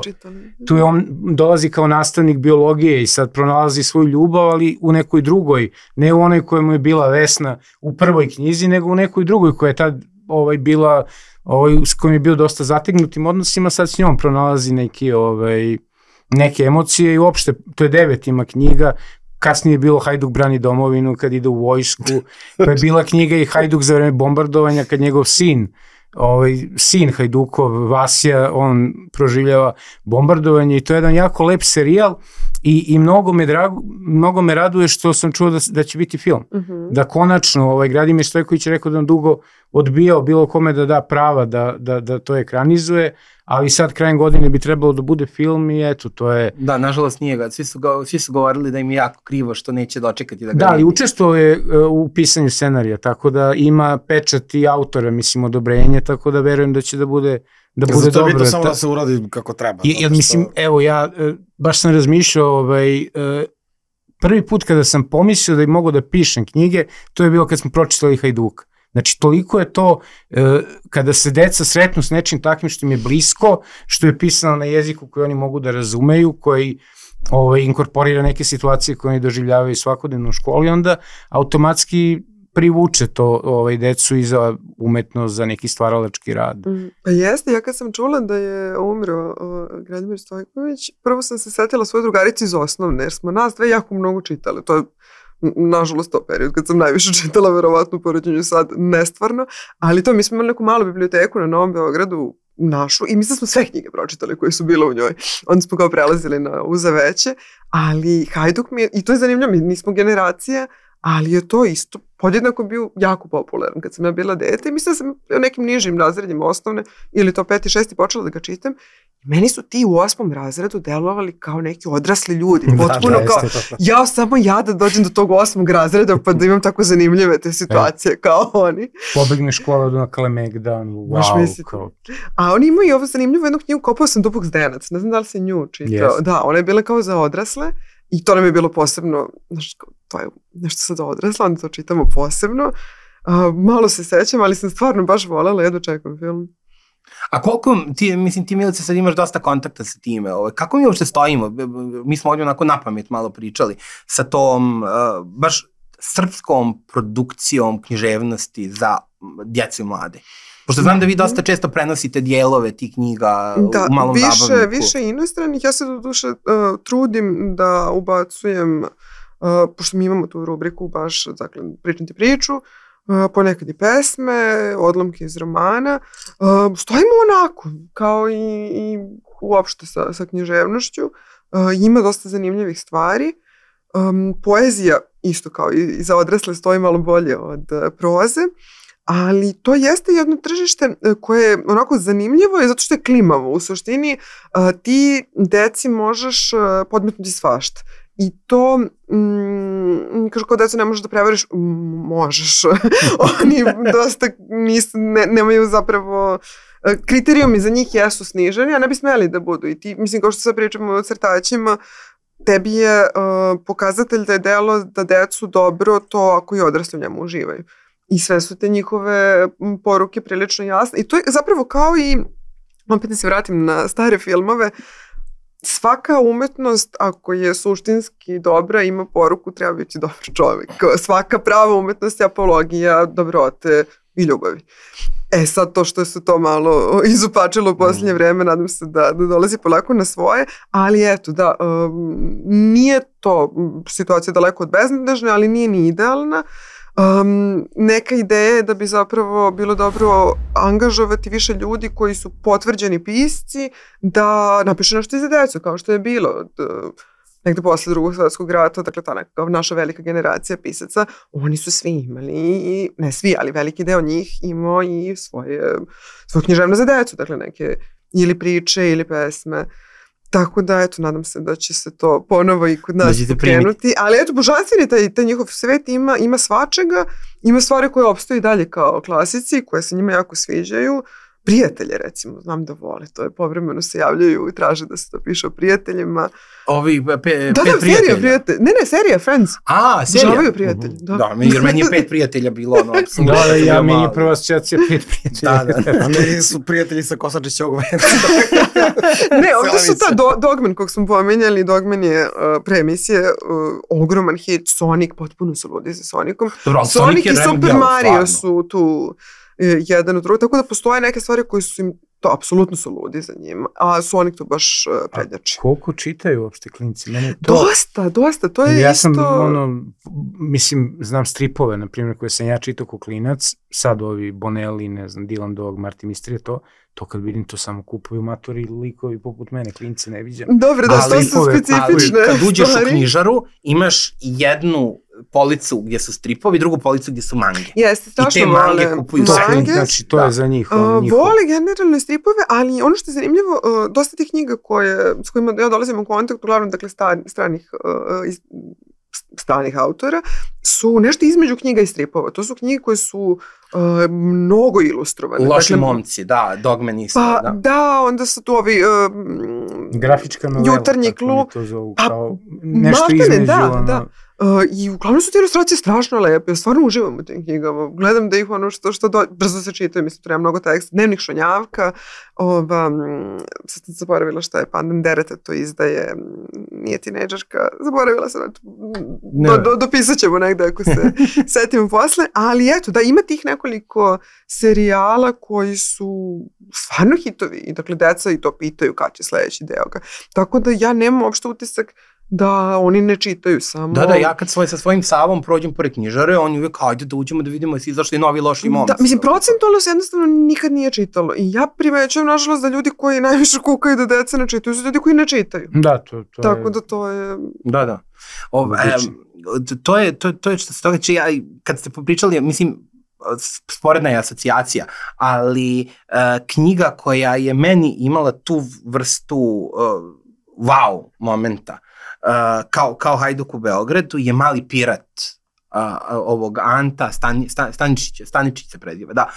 I to je meni bio taj moment koji je napravio iskorak iz jedne, ja to baš kažem, autokolonijalne pozicije, u kojoj se podrazumijeva da naša književnost za djecu mora da bude nešto što je ugnježdeno u nekom realizmu. Dakle, to je neko selo, neki grad, neka škola, nešto, a umjetnost za djecu koja dolazi sa zapada, to su neki čarobnjaci, svemirski brodovi, neki gusari, neka čuda, i onda naiđem na knjigu kao o gusarima, gdje je naše dijete, naša ikonografija, Srbi, Turci, Mlečani, tome slično. I to je bilo bukvalno, a ovo može i ovako, i to je bilo, pa kao nama ovakvih stvari treba. I pominjali smo to kad smo govorili o stripu i o Lobačevu. Dakle, mi smo za sve umjetnosti nekako uspjevali da budemo uvijek u korak sa velikim svjetskim trendovima. Dakle, iako je kao srpski jezik ima mnogo manji broj govornika od, engleskog, mi imamo vrhunsku poeziju, vrhunsku veliku književnost, pa smo onda kad se pojavio strip, apsolutno vrhunski lokalni strip. Lobačeva nismo pomenuli, ali trebalo je u stvari vezano za ovaj crtani film, zato što se jako liči na njegovu ikonu. Bradati čarobnjak se pojavljuje i kod Lobačeva u bajci Biberče, gde je on bukvalno napravio fantastičnu sintezu ruskih i srpskih bajki. Tu je sad bio taj moment. Što isto imaš on za taću. Mi smo imali isto tako, naši filmovi nikad nisu bili kao hollywoodski, ali su bili filmovi koji su popunjavali naše kulturne potrebe. Pogotovo kada 90-ih kad dođemo, gdje imamo velike filmske događaje, poput, Mi nismo anđeli, Podzemlje, Lepa sela, lepo gore. Dakle, to su stvarno filmovi gdje ti kažeš, ne mogu ja sve što mi Amerika daje da nađem u svom filmu, ali mogu da nađem neke stvari koje mi Amerika ne daje. I onda smo ušli u tu fazu u kojoj, mi smo provincijalni, nama mora neko sa strane da napravi nešto što će nama da zadovoljava naše kulturne potrebe, ali ono što je tu bio uvijek prag, bio je animirani film. Dakle, animirani film je nešto skupo, ekskluzivno, nešto što samo veliki sebi mogu da priušte i mi moramo da gledamo to što nam donose oni. Nekada je to bio praktično samo Disney, pa su onda se pojavili Japanci sa ovim svojim sa animeima koji su dobili svjetsku slavu, pa su onda počeli i neki drugi narodi da čačka kod toga. Rusija ima svoju, svoju produkciju koja polako prodire i kod nas i u svijet. Međutim, mi smo imali naravno Technotize, Aleksija Gajića, što je veliki, stvarno to je veliki kulturni događaj za naše društvo. Da, Aleksija Gajić je svoj izuzetno. Ali ono što se sada dešava na naše oči jeste da jednostavno produkcija, i to opet zahvaljujući velikom broju freelancera studija i pogotovo azijskih, produkcija animiranih filmova postaje nešto što je izvodljivo svima. Jeftinije mnogo. Tako je. I mi sad imamo taj fenomen koji je sad naša sljedeća tema. Neđa 2, kako se kaže. Naučila mi je ćerka kako se broji na kineskom, ali sam zaboravio. Ja sam misliš da pričaš o Trumpovom crtanom filmu, što je? Ne, ali ovo ima veze sa Trumpom. Dakle, možda su naši gledalci čuli, dakle, kineski animirani film je za 15 dana postao najgledaniji animirani film svih vremena po onim bioskopskim blagajnama, a pritom je izašao samo na 3 ili 4 tržišta, kinesko, američko, britansko, australijsko, dakle još se nije svuda ni pojavio i popeo se odmah u 10 filmova svih vremena po prihodima i naravno uvijek je tu lako reći kao pa da, gledali su svi Kinezi, ali poenta je u tome što je u pitanju ono što su nekada mogli da rade samo Amerikanci i Japanci, sad su polako otkrivaju da mogu da rade svi. Dakle, Kinezi su prije 5-6 godina snimili taj film Neđa, tako bi bilo na srpskom, koji se bavi... Neđo. Samo čekam. Tako je. Ali to mora Steva da kaže. Dakle, Neđo je priča o demonskom biću koje se događa u nekoj njihovoj polumitskoj dinastiji, otprilike u vrijeme Ilijade i Odiseje. Priča o Nirdali.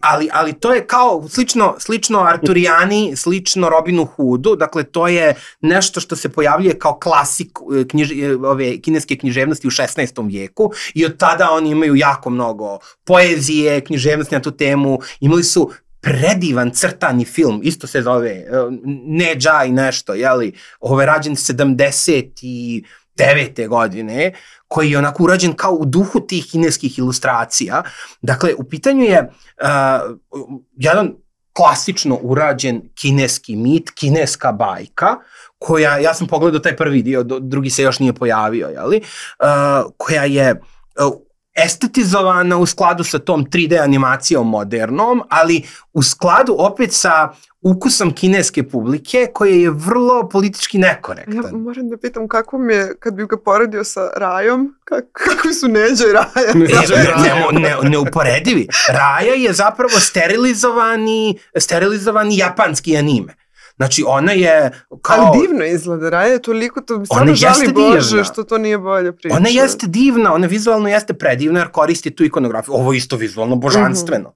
Dakle, to prosto, ikonografija je ta, ali ja mislim, ne znam, to su momenti koji samo kod Azijata imaju, da neko se uredno i popiša se nasred crtanog filma za djecu, To smo vidjeli i ovdje, tako je. Dakle, ovdje ima scena sa čajnikom. Da, ima onaj ruski samovar, na fazon kao što imamo u standardno, u Disneyovim crtanim filmima imamo čajnik koji ide i toči čaj, ovdje ima samovar, i samovar koji ima dole, onu pipu. A ima brku uredno gore. I svakome se popiša u čaj, mislim, predivno. Ali ovi baš pišaju, dakle, to je prosto kineska kultura. Mislim, nije stvar samo u tome, ali... Kako si ih nahvalio? Ne, urnebesno je smiješno zato što jednostavno dolazi svako malo, se desi nešto komično, što je u suštini može da bude i pomalo vulgarna slapstick komedija, ali mi smo toliko navikli da se tako nešto jednostavno ne može vidjeti u crtanom filmu, da te izbaci potpuno iz horizonta očekivanja i ti se nam počneš smijeti kao lud na brašno. Naravno, nije to razlog što je film bio toliko popularan. Film je vrhunska priča i on za Kineze predstavlja jednu lijepu, modernu ekranizaciju priče koju svi znaju. Za ostatak publike predstavlja nešto novo. Jer jednostavno zapadna animacija je postala toliko šablonizovana. Jedan od razloga što je ova princeza koju smo mi gledali toliko dobra je što stvarno ne razbija šablone. Ona razbija šablone moderne Disneyjeve animacije koja je postala etalon za sve, vraćajući se nazad na naše bajke. Ovaj crtani film se vraća na kineske bajke koji imaju malo drugačiju dinamiku, drugu vrstu odnosa, simboli koje mi doživljavamo na jedan način, oni ih doživljavaju na drugi način, pa nas i to iznenadi. Ali ono što vidiš jeste nešto što te malo iznenadi, nešto što nisi već vidio 100 puta, a preko svega toga je prelijepo. Divno je urađeno, uzbudljivo je, veselo je, smiješno je i to su autentične emocije. Dakle, ti se iskreno se smiješ, pa onda pođu ti suze na oči jer je to dirljiva neka stvar prikazana. I naravno, kad je taj prvi film bio toliko uspješan, čim je drugi izašao, svi su potrčali da ga pogledaju i ispunio svoje očekivanja i još preko toga. Kinezi su naravno, pošto Amerikanci su koristili crtani film da bude oružje njihove, ali hladnoratovske propagande nemilice, Kinezi ovdje isto nisu rukavicama bili ni najmanje. Dakle, u drugom filmu ti glavni junak, koji inače demon koga je majka nosila 3 godine, i porodio se tek nakon što je Bog vrhovni, jedan od tih, mislim da ta njihov politeizam i haos, odobrio ni dušu da siđe dole otprilike, ali trebalo je da dođe dobra duša koja je polovina nekog yin-yanga, ali dobru dušu je neko ukrao i njemu je sišla zla duša. I rodilo se dijete demon, rodilo se bukvalno kao Damijan ili rozmarina beba i sad on je odmah prohodao kako je izašao, pošto 3 godine je bio, jeli? I sad to je djetence, malo, jeli, demonsko, koji gdje se pojavi, cijelo selo u panici bježi od njega, jeli? Mislim, stvarno je jako dobro, stvarno je urnebesno. I sad u ovom drugom dijelu, da ne pričam, zaista vrijedi pogledati, ja se nadam da će to doći kod nas u sinhronizovanoj verziji na srpski. Meni bi bilo, ja nisam uspio da nađem na kineskom, a samo sam trailere našao, što je velika šteta, treba čuti i tu njihovu ritmiku jezika i tome slično, ali sigurno da će se pojaviti sad nakon tolikog uspjeha i sinhronizacije na srpski. U ovom drugom dijelu sad glavni junaci se suočavaju protiv nekog kulta koji govori u ime bogova i koji hoće sada sva demonska bića da propusti kroz jedan melting pot u kome će oni, jer oni su svi divlji, oni su svi nedokazni, i ovi će njih da civilizuju, jeli? Sad, ako ne zvuči dovoljno prepoznatljivo, kažem, Kinezi nisu se trudili da budu suptilni, dakle imaju čak pravi melting pot, na tom melting potu uredno imaju jedan stilizovani simbol dolara, a taj zlikovački kult koji zapravo, jeli, kao koji prosvjetljuje demone širom svijeta, a u stvari ih pretvara u čudovišta koja služe njemu da zavodi strahovladu i utjeruje svoju totalitarnu dominaciju nad svima. Kad se pogleda njihov grb je isto stilizovan onako na kineski fazon, grb Sjedinjenih Američkih Država, tako da to je potpuno ga do daske otjerali, ali to sada naravno opet, kao žalili ste se na Mašu i Medu, pa kao sad ćete tek da vidite šta vam je stiglo. I, mislim, predivno je gledati. I na Sigma Boy su se žalili, to sam da kažem malo čas, pa je izašla nova verzija sa ruskim vojnim orkestrom i horom u stvari. Koja je, ali ja sam se stvarno osjećao kao tinejdžerka kad sam to gledao. Znači, to je pjesmica o tim djevojčicama koje, jeli, padaju u trans kad vide tog dječaka koji pravi, a ovdje, boga mi, kad oni tenkovi na Crvenom trgu, pa onako skrenu kao jedan, a meni poskači srce kao da sam tinejdžerka. To radi me na srpstvo, jeli. Tako da, to nam je bio naš omladinski blok, a sada sa stvari za djecu i omladinu prelazimo na sve što vole mladi, a to je, jeli, elitni turizam. Milica i Marko su pažljivo gledali crni ili bijeli lotos? Bijeli, ja se izvinjavam, ja to bojkotujem zbog Bikovića i onda... Ti si bojkotovao i pre Bikovića. Slutio sam, Čekaj, kad su kancelovali Bikovića, ti si bio u fazonu, kakva je to preserija, to niko nije ni čuo, šta će to Biković? Tako je. Sve si bio u pravu. Dakle, Bijeli lotos. Pa do sad su 2 epizode bile, 3. sezona. Prva sezona, mislim da je dosta ljudi gledalo. Mislim da je jako popularna serija i van Amerike, da se dosta gleda u svetu. Dosta je na Bikovića. Da, apsolutno. Pa stvarno je dosta nekako baš je Biković sa AliExpressa, odnosno Temu kojim su ga zamenili. Bugarin da. Stvarno bez veze izgleda. Pa, znaš šta, ja opet razmišljam kako bi se Biković uklopio u tu ulogu, nešto ga ne vidim. Ja sam isto, da. Polugolog tamo. Ostalo nam je svima kao... Ali on igra takve uloge u Rusiji stalno. Mislim, to su tih, Pa mora bi se nabilduje malo. Tu bi morao malo da poradi pa ima to ali šminka. Pazi, možda se on ne bi skidao, možda ovaj mora ne, možda bi drugačije on igrao tu ulogu. Ja sam baš tome sa ćerkom pričao, pošto ona isto kao, ne vidim ovde Bikovića, ovo vulgarna je uloga, mislim, taj Bugarin je predstavljen kao parče mesa kojim se neke tu 3 kugarke matore naslađuju kao, a inače je možda uključen i u pljačku neku i ko zna šta još, mislim, tek su 2 epizode prošle. Ali inače ta serija je fenomen za sebe, postoji jedan talas sad u američkom filmu od pre nekoliko godina, koliko pre su samo bili ovi identitetski filmovi i sad su počeli da prave i filmovi i serije o klasnim problemima i u to se uklapala i ona serija Succession, koja je isto bila HBO, u to se uklapa i Beli Lotos i neki filmovi poput onog Menija sa Ray Fiennesom, znači koji pokazuju uprošćeno rečeno koliko su bogati odvratni. Dobro, to je malo i ona Squid Game, ili tako? Dobro, to je koreanska. Da, Korejci to. Ja ti govorim baš o američkim, jer to u Americi skoro uopšte, to dugo nije bilo toga. I Blink Twice, ne znam jesi to gledao. I Blink Twice, ali to je više muškarci. Mislim da je to više Me Too faza nego što je klasna priča. Tu je više... grozni su muškarci, ali još su gori bogati muškarci. To je beli, bogati muškarci, to je nešto najgore. Ova serija... Kao što smo vidjeli u Brutalisti. Naravno.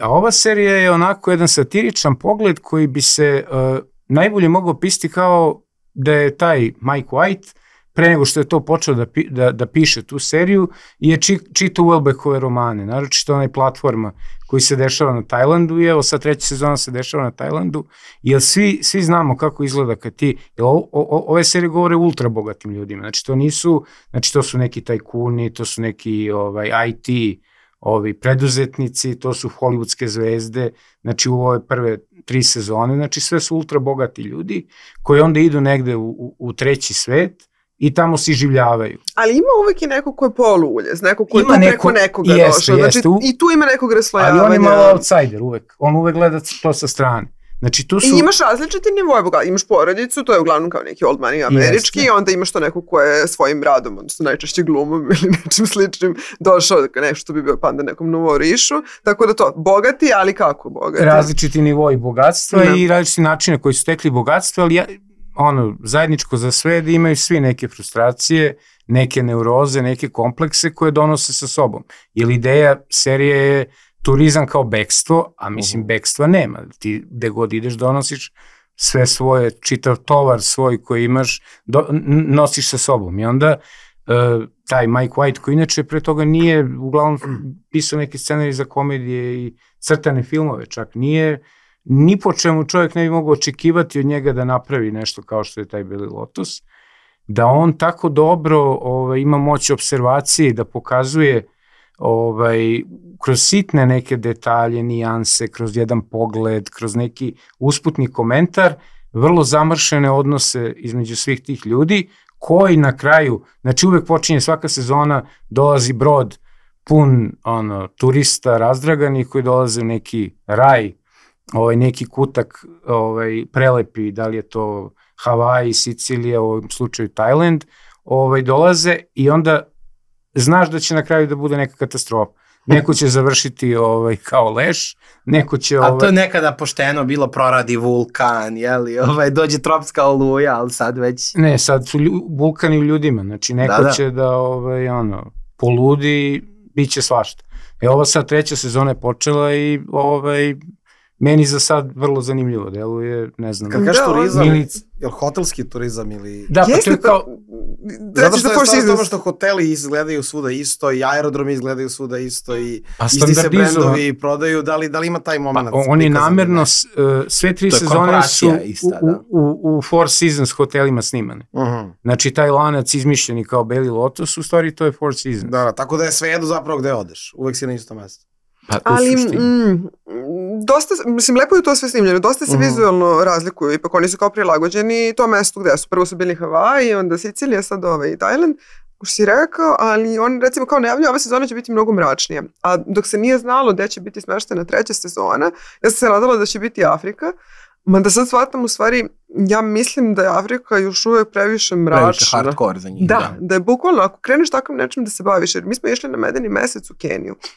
I ja sam tamo videla neverovatne stvari. I što kažem to, kao u Afriku smo otišli sa određenim predrasudama, ali nismo mogli da zamislimo šta rade Holanđani i Belgijanci. Potpuno ti se odjednom nađeš u svetu gde ti vidiš da se crnci ne posmatraju uopšte kao bilo šta osim posluga. Ali zaista, ali na nivou ti si okružen neverovatnom sirotinjom, u neverovatnom si luksuzu, pogotovo ako se spuštaš na jug, ako prolaziš Mombasa je za mene stvarno bilo neko iskustvo, kao da, pritom je taj severni deo Kenije, znači nju preseca ekvator, taj severni deo je bila sušna sezona i to je nekako sve podnošljivije, kad nekako je savana, pustinja, pustara, životinje, ne delo je to toliko strašno. A onda kad se pređe ekvator, da je kišna sezona, to je odjednom neka ogromna količina blata i nesređenosti i stvarno jednog siromaštva koje ovdje može da se vidi samo u nekim karton naseljima. I ti onda prođeš sve to i odjednom se to nalaziš u nekom tropskom raju, potpuno si. I nije ti jasno šta sprečava te ljude da se obračunaju sa tim ludilom, a to je zaista neka vrsta šizofrenije.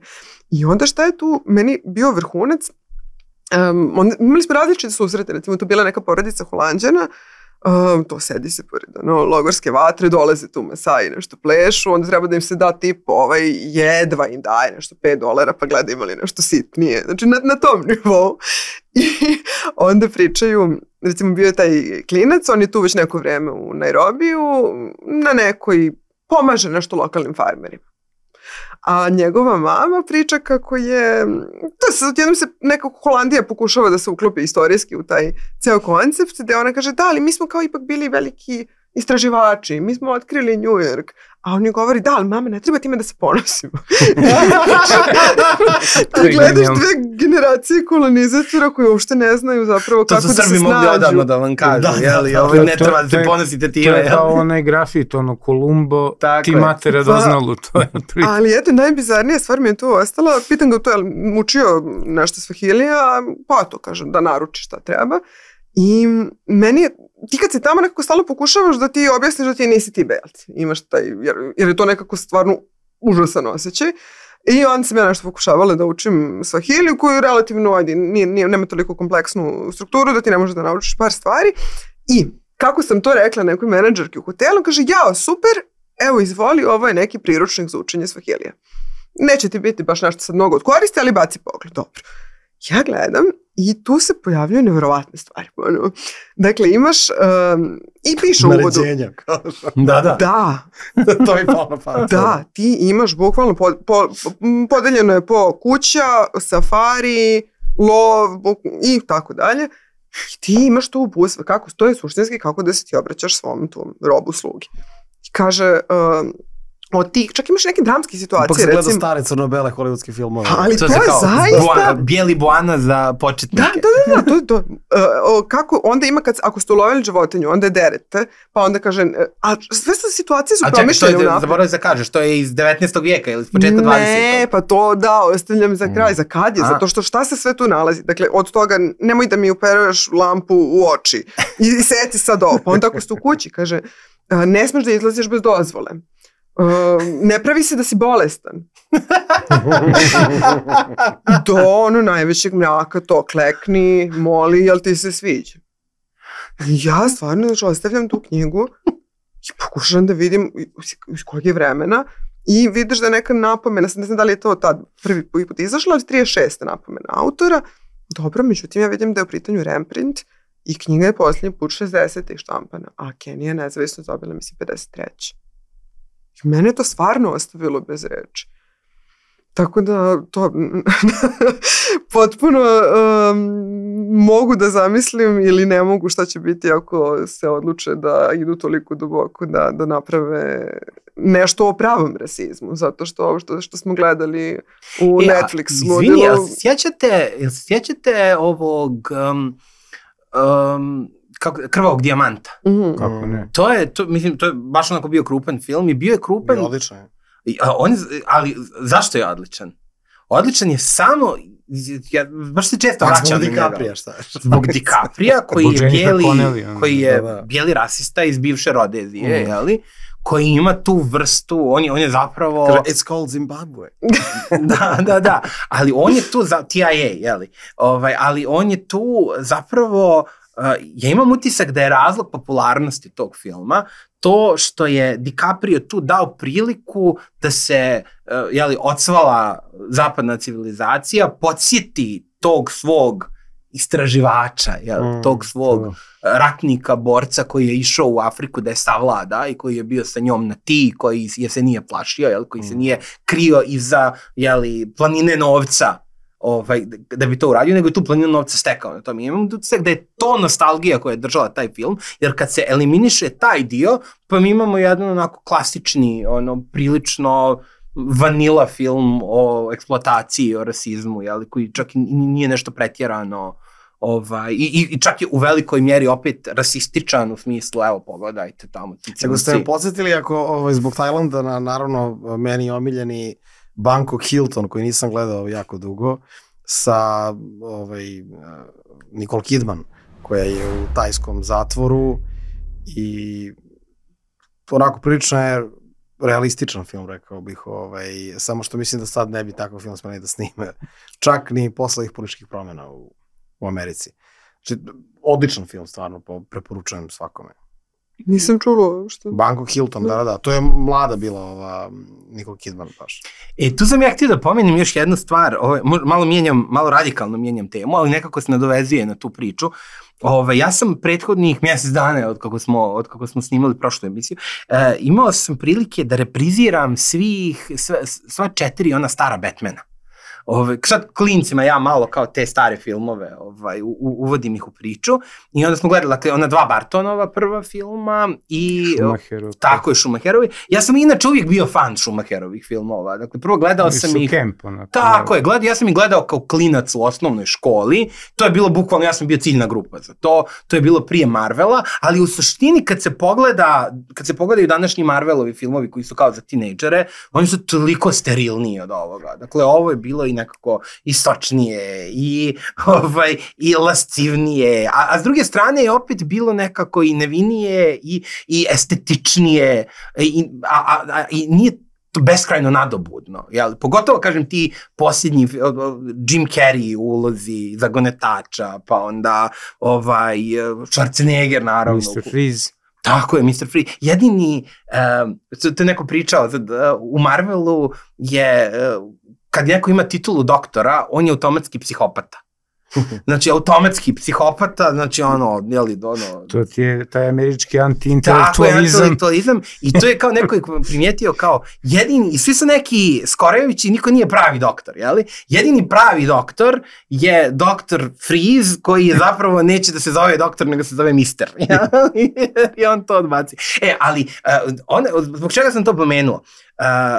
Od ta 4 filma, pritom ja sam to gledao u vrijeme kad je meni jedina referenca na Batmana bila ona stara serija sa Adamom Westom koja se reprizirala kod nas na televiziji, koja je tek Camp, mislim, u udžbeniku pod Campom. Ali prvi film Bartonov, za koji se obično kaže da je on uz Supermana izmislio superherojski žanr, pokazao da to može da bude ozbiljan blockbuster, da to može da radi renomirani, da to može da radi... neko kao Jack Nicholson. Tako je, sa renomiranim glumcima, sa vrhunskim rediteljem i tome slično. Taj film je neobična zvjerka, jer tu Barton ispipava šta superherojski film može da bude. I jako je zanimljivo, zato što on tu jedini radi tu retrofuturističku estetiku, dakle Gotham City, on je nekako, malo je u 50-im, malo je u 90-im, malo je u budućnosti, malo je u prošlosti, ali ono što je meni bilo najšokantnije u svemu tome, jer mi smo toliko puta već gledali Batmana u 100 različitih varijanti, jeste što se niko ne izvinjava što je bogat. To je ona stara Amerika u kojoj nije bilo sramota biti bogat. Znači, Bruce Wayne, on ne mora nikome da se pravda šta radi. Kako on provodi svoje slobodno vrijeme, otkud njemu kola, a pritom je kao bogat može i da šeta ulicom, to je mislim dodatno bizarna stvar. Danas bogataši moraju da se voze u kolima koji su blindiranija od Batmobila. Jeste.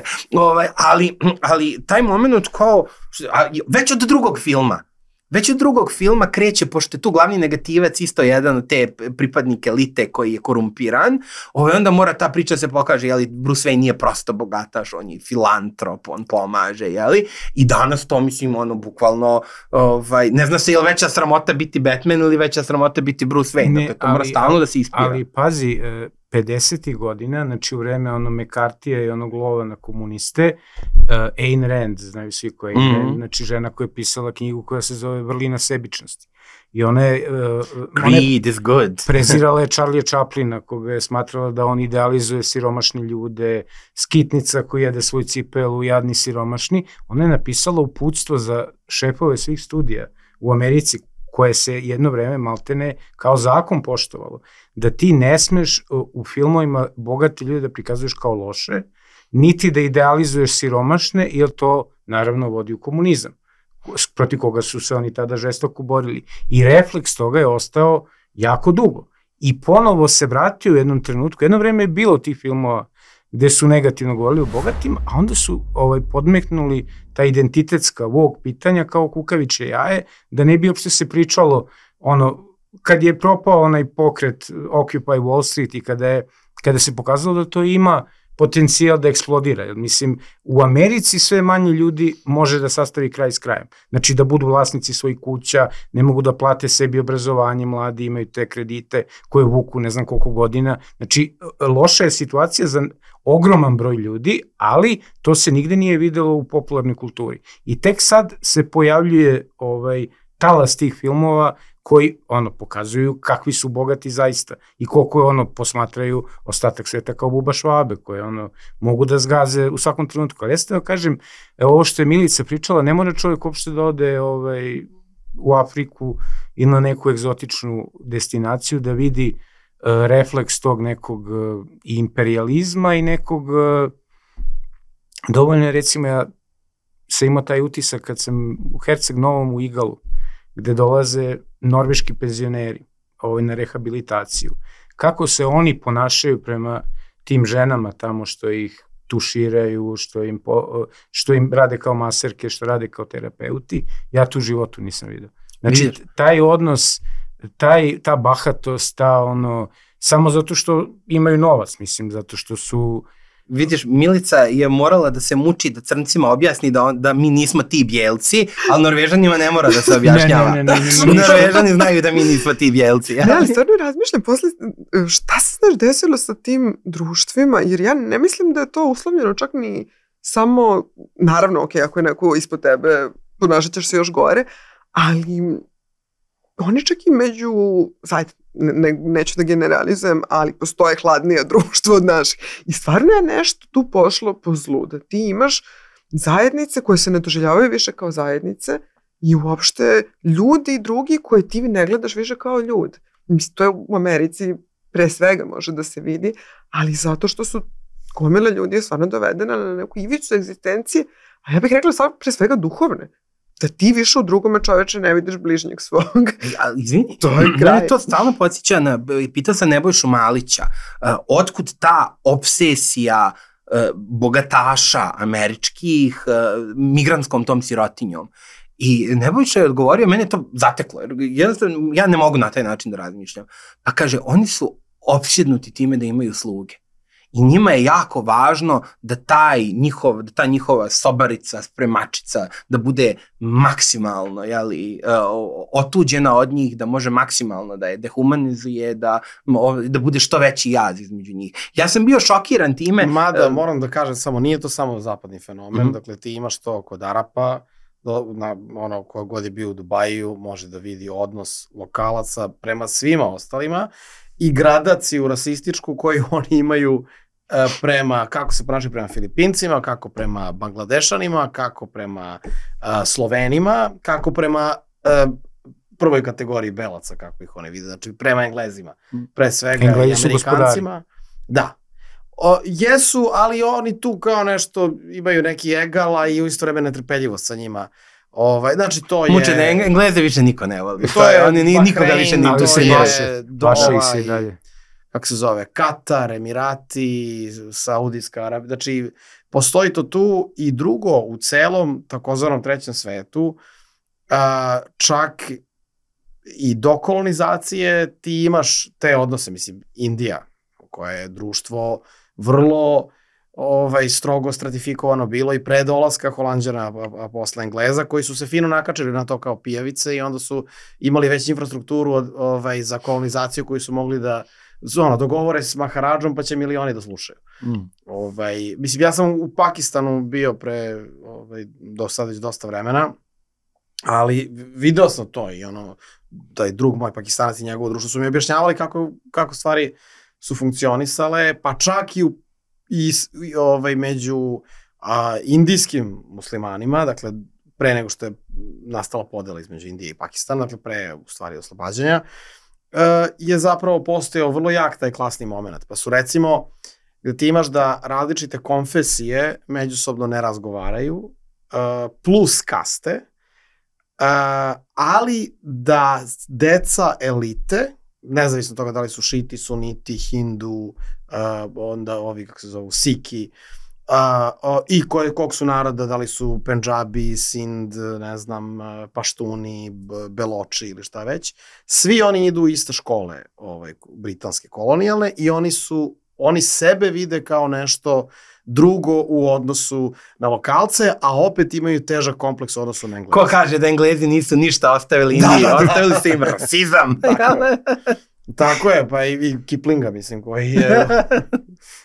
Da, pa sad moraju Srbi da brane Kiplinga od Engleza, pa dobro u redu, kao znali smo da je rasista, ali takođe mislim i dobar i književnik. Ulazim u samu završnicu našeg i to je sad ono kao tačka razno, tako da ne znam ko je od vas još šta zanimljivo htio da preporuči, šta ste dobro gledali, što planirate da gledate, čitate, šta već. Ajde da se ispucam ja. Ti si htio da pohvališ lukavstvo uma, jel? Na Novo S.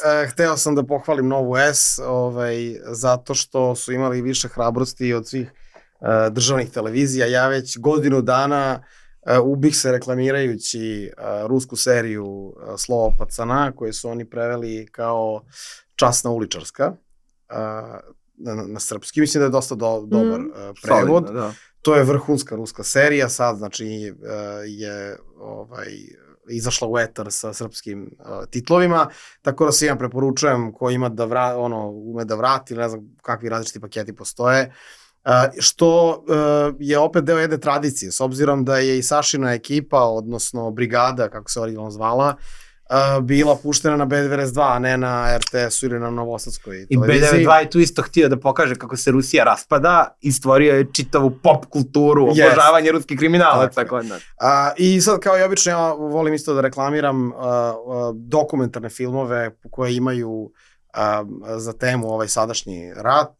Izašao je film Volja tvoja, Katarine Arkalove, koja inače ima srpsko poreklo, iako je Ruskinja. I to je film zapravo o stradanju crkve i uopšte, ajde da ne spojlujem, znači u ovom ratu. To je to što sam imao da kažem. U Donbass. Što sam imao da izvijem za Dnevnik. Da. Pa evo ja bi preporučio seriju Severance, koja se daje na Apple-u, sad ide druga sezona. Inače, to sad postoji jedno pravilo kad se prave serije, to je takozvano pravilo sekundarnog ekrana. Znači da moraš da napraviš zaplet i sve tako da može se gleda bez udubljivanja prevelikog, jer se podrazumeva da je taj televizor ili laptop ili šta god gledaš, da je to sekundarni ekran, jer ti sve vreme imaš telefon na kome šalješ poruke, nešto pratiš, znači pravi se namerno pojednostavljene serije koje mogu da se prate onako površno. Ova Severance serija je potpuno nešto drugo tu, ako malo čovjek propusti, onda je već u problemu. Znači, jedna naučno SF serija gde u nekoj kao budućnosti se dešava da ljudima stavljaju neke čipove u glavu koje potpuno odvoje njihov život kod kuće i život na poslu. Znači, oni kad su na poslu, oni kad izađu s posla, oni se više ništa ne sećaju šta su radili na poslu. Odnosno, kad dođu kući, ne znaju uopšte šta rade u toj firmi gde rade, znaju samo da rade. Znači, podela ličnosti između kuće i posla, što bi rekao Ekrem, kuća, posla. Ovde je jedna ta radikalna podela, a naravno iza svega, oni inače sede u nekoj sobi i u neke brojke udaraju, sad da li su to neki operateri dronova koji ubijaju ljude i nešto, znači tu nešto jako mračno se krije i vrlo zanimljiva serija. Apple je napravio vrlo kompleksno, ovako malo na tragu onih serija Crno gledalo Netflixove, i ekipa je Adam Scott igra glavnu ulogu, tu je recimo i Christopher Walken, tu je Patricia Arquette, jedna vrlo zanimljiva glumačka ekipa i eto, tu seriju mislim da vredi pogledati. Kako se rekao se zove? Severance. Kod nas se preveli kao razdvajanje, mislim da je tako, ali na Apple-u je serija, preko Apple-a se... Severance je zapravo bi trebalo da bude ona otpremnina. Jeste, to je otpremnina, ali ovde je kao razdvajanje, kao ti si ono... Milice, si ti nešto gledala? Ja imam zapravo jednu malu dojavu, da ne bude baš da sa mnom završavamo, ali imam jednu malu dojavu iz ovog svijeta Gamergate-a, jeli? Dakle, 2024. je bila veliko grdno sudilište ovim velikom broju visokobudžetnih studija za videoigre, kojima je nekoliko spektakularno velikih woke projekata propalo i mi smo pričali malo o tome ovdje. Jednostavno, na primjeru videoigara se u velikoj mjeri raskrinkala ekonomija proizvodnje tih politički korektnih sadržaja, jer zapravo nije uopšte stvar u tome da su to neki ljudi koji strastveno žele da usade određene vrijednosti, nego oni jednostavno žele da učine svoj proizvod predvidljivim, komercijalnim, kao aktivom, na koju onda mogu da na predvidiv način da generišu profit i računaju da im se preko političke korektnosti obezbjeđuje ta ideološka podrška establishmenta koja će da im omogući da to bude plasirano i da će to da bude konzumirano. I to je puklo. Zato što su se susreli sa organizovanim bojkotom gamera i to je stvarno, padaju kao pokošeni studiji koji pumpaju video igre koji sada koštaju više od hollywoodskog blockbustera. Dakle, to je jedna igra koja, recimo, ima budžet od 400-500 miliona dolara. Dakle, to je prosječan Disneyev blockbuster sa svime košta recimo oko 300. Da, i sa marketingom. Tako je. Dakle, važno je da se pumpa. I sad fazon je što bioskopski film, on ovako može tu stvar da izgura. Ovdje sada su to stvari koje fizički moraju da se prodaju, gdje onda oni pumpaju i cijene toga, ali osnovna stvar je pada kvalitet. I tu su sad dvije dojave koje sam htio da krenem pažnju. Dakle, koliko je bilo tih gigantskih studija američkih koji su nekada bili i kreativni, i duhoviti, i spektakularni, i bolji od Hollywooda u svemu što su radili, oni su sad postali bukvalno jedan klon Hollywooda, malo zakasnili, i koliko su oni pali, toliko su istočnoazijski i kineski studiji počeli da dominiraju. Po istom principu kao sa ovim veselim Neđamom. Dakle, ili DeepSeekom, mislim, kao... Isto sa DeepSeekom. DeepSeek ima bolje performanse. Ali čemu pričaš o konkretnoj igri? Igra koja je napravila veliki haos je Black Myth Wukong. Svi se vraćaju na nju kao na referencu. Ja sam još na Hogwartsu, ja mislim dolazim 500 sati, jer ja igram tako lagano i oslobođeno. Da, ali ovo je taj moment. Dakle, Black Myth Wukong je opet ista priča kao Ninja, zasnovan na legendi kineskoj. To je nešto što je svježe, ljudi tu mitologiju ne poznaju dobro, egzotična im je, a Kinezi razumiju žanr. Dakle, to je uzbudljivo, to je prelijepi su vizuali, ono što im se najviše zamiri, ono najveći, najužasniji zločin koji može producent videoigara napravi, žene su im lijepe. Dakle, dakle, nekada je bila ono kao videoigra tipična objektifikacija žena, zna se kako izgleda žena u video igri, to je ona čuvena priča, bikini verižnjača, kao ide oklopljeni vitez do grla, a pored njega ide ratnica koja ima bikini verižnjaču, dakle, sad smo došli u drugu krajnost, ženski lik u video igri mora da bude muškarača, velika kao trokrilni ormar, koja može da prebije svakog muškarca i ne do bog da je neko od nje jači. Naravno, Kinezi napravili fenomenalnu igru, ubačenu u njihovu kulturu sa onim njihovim ženama koje su i manipulativne i dostojanstvene i tome slično. I sad, kultura koja je opsjednuta rasnim diverzitetom ne može da podnese kinesku igru na kineske motive zato što promoviše stereotipe koji nisu. Naravno, to je samo jedan primjer, ali obrazac je baš to što si rekao kao sa DeepSeekom. Oni imaju manje budžete, kreativniji su, spremni su više da rizikuju, nemaju taj ogromni birokratski bagaž koji uništava kreativnu industriju i to se pokazuje. Oni su kultura.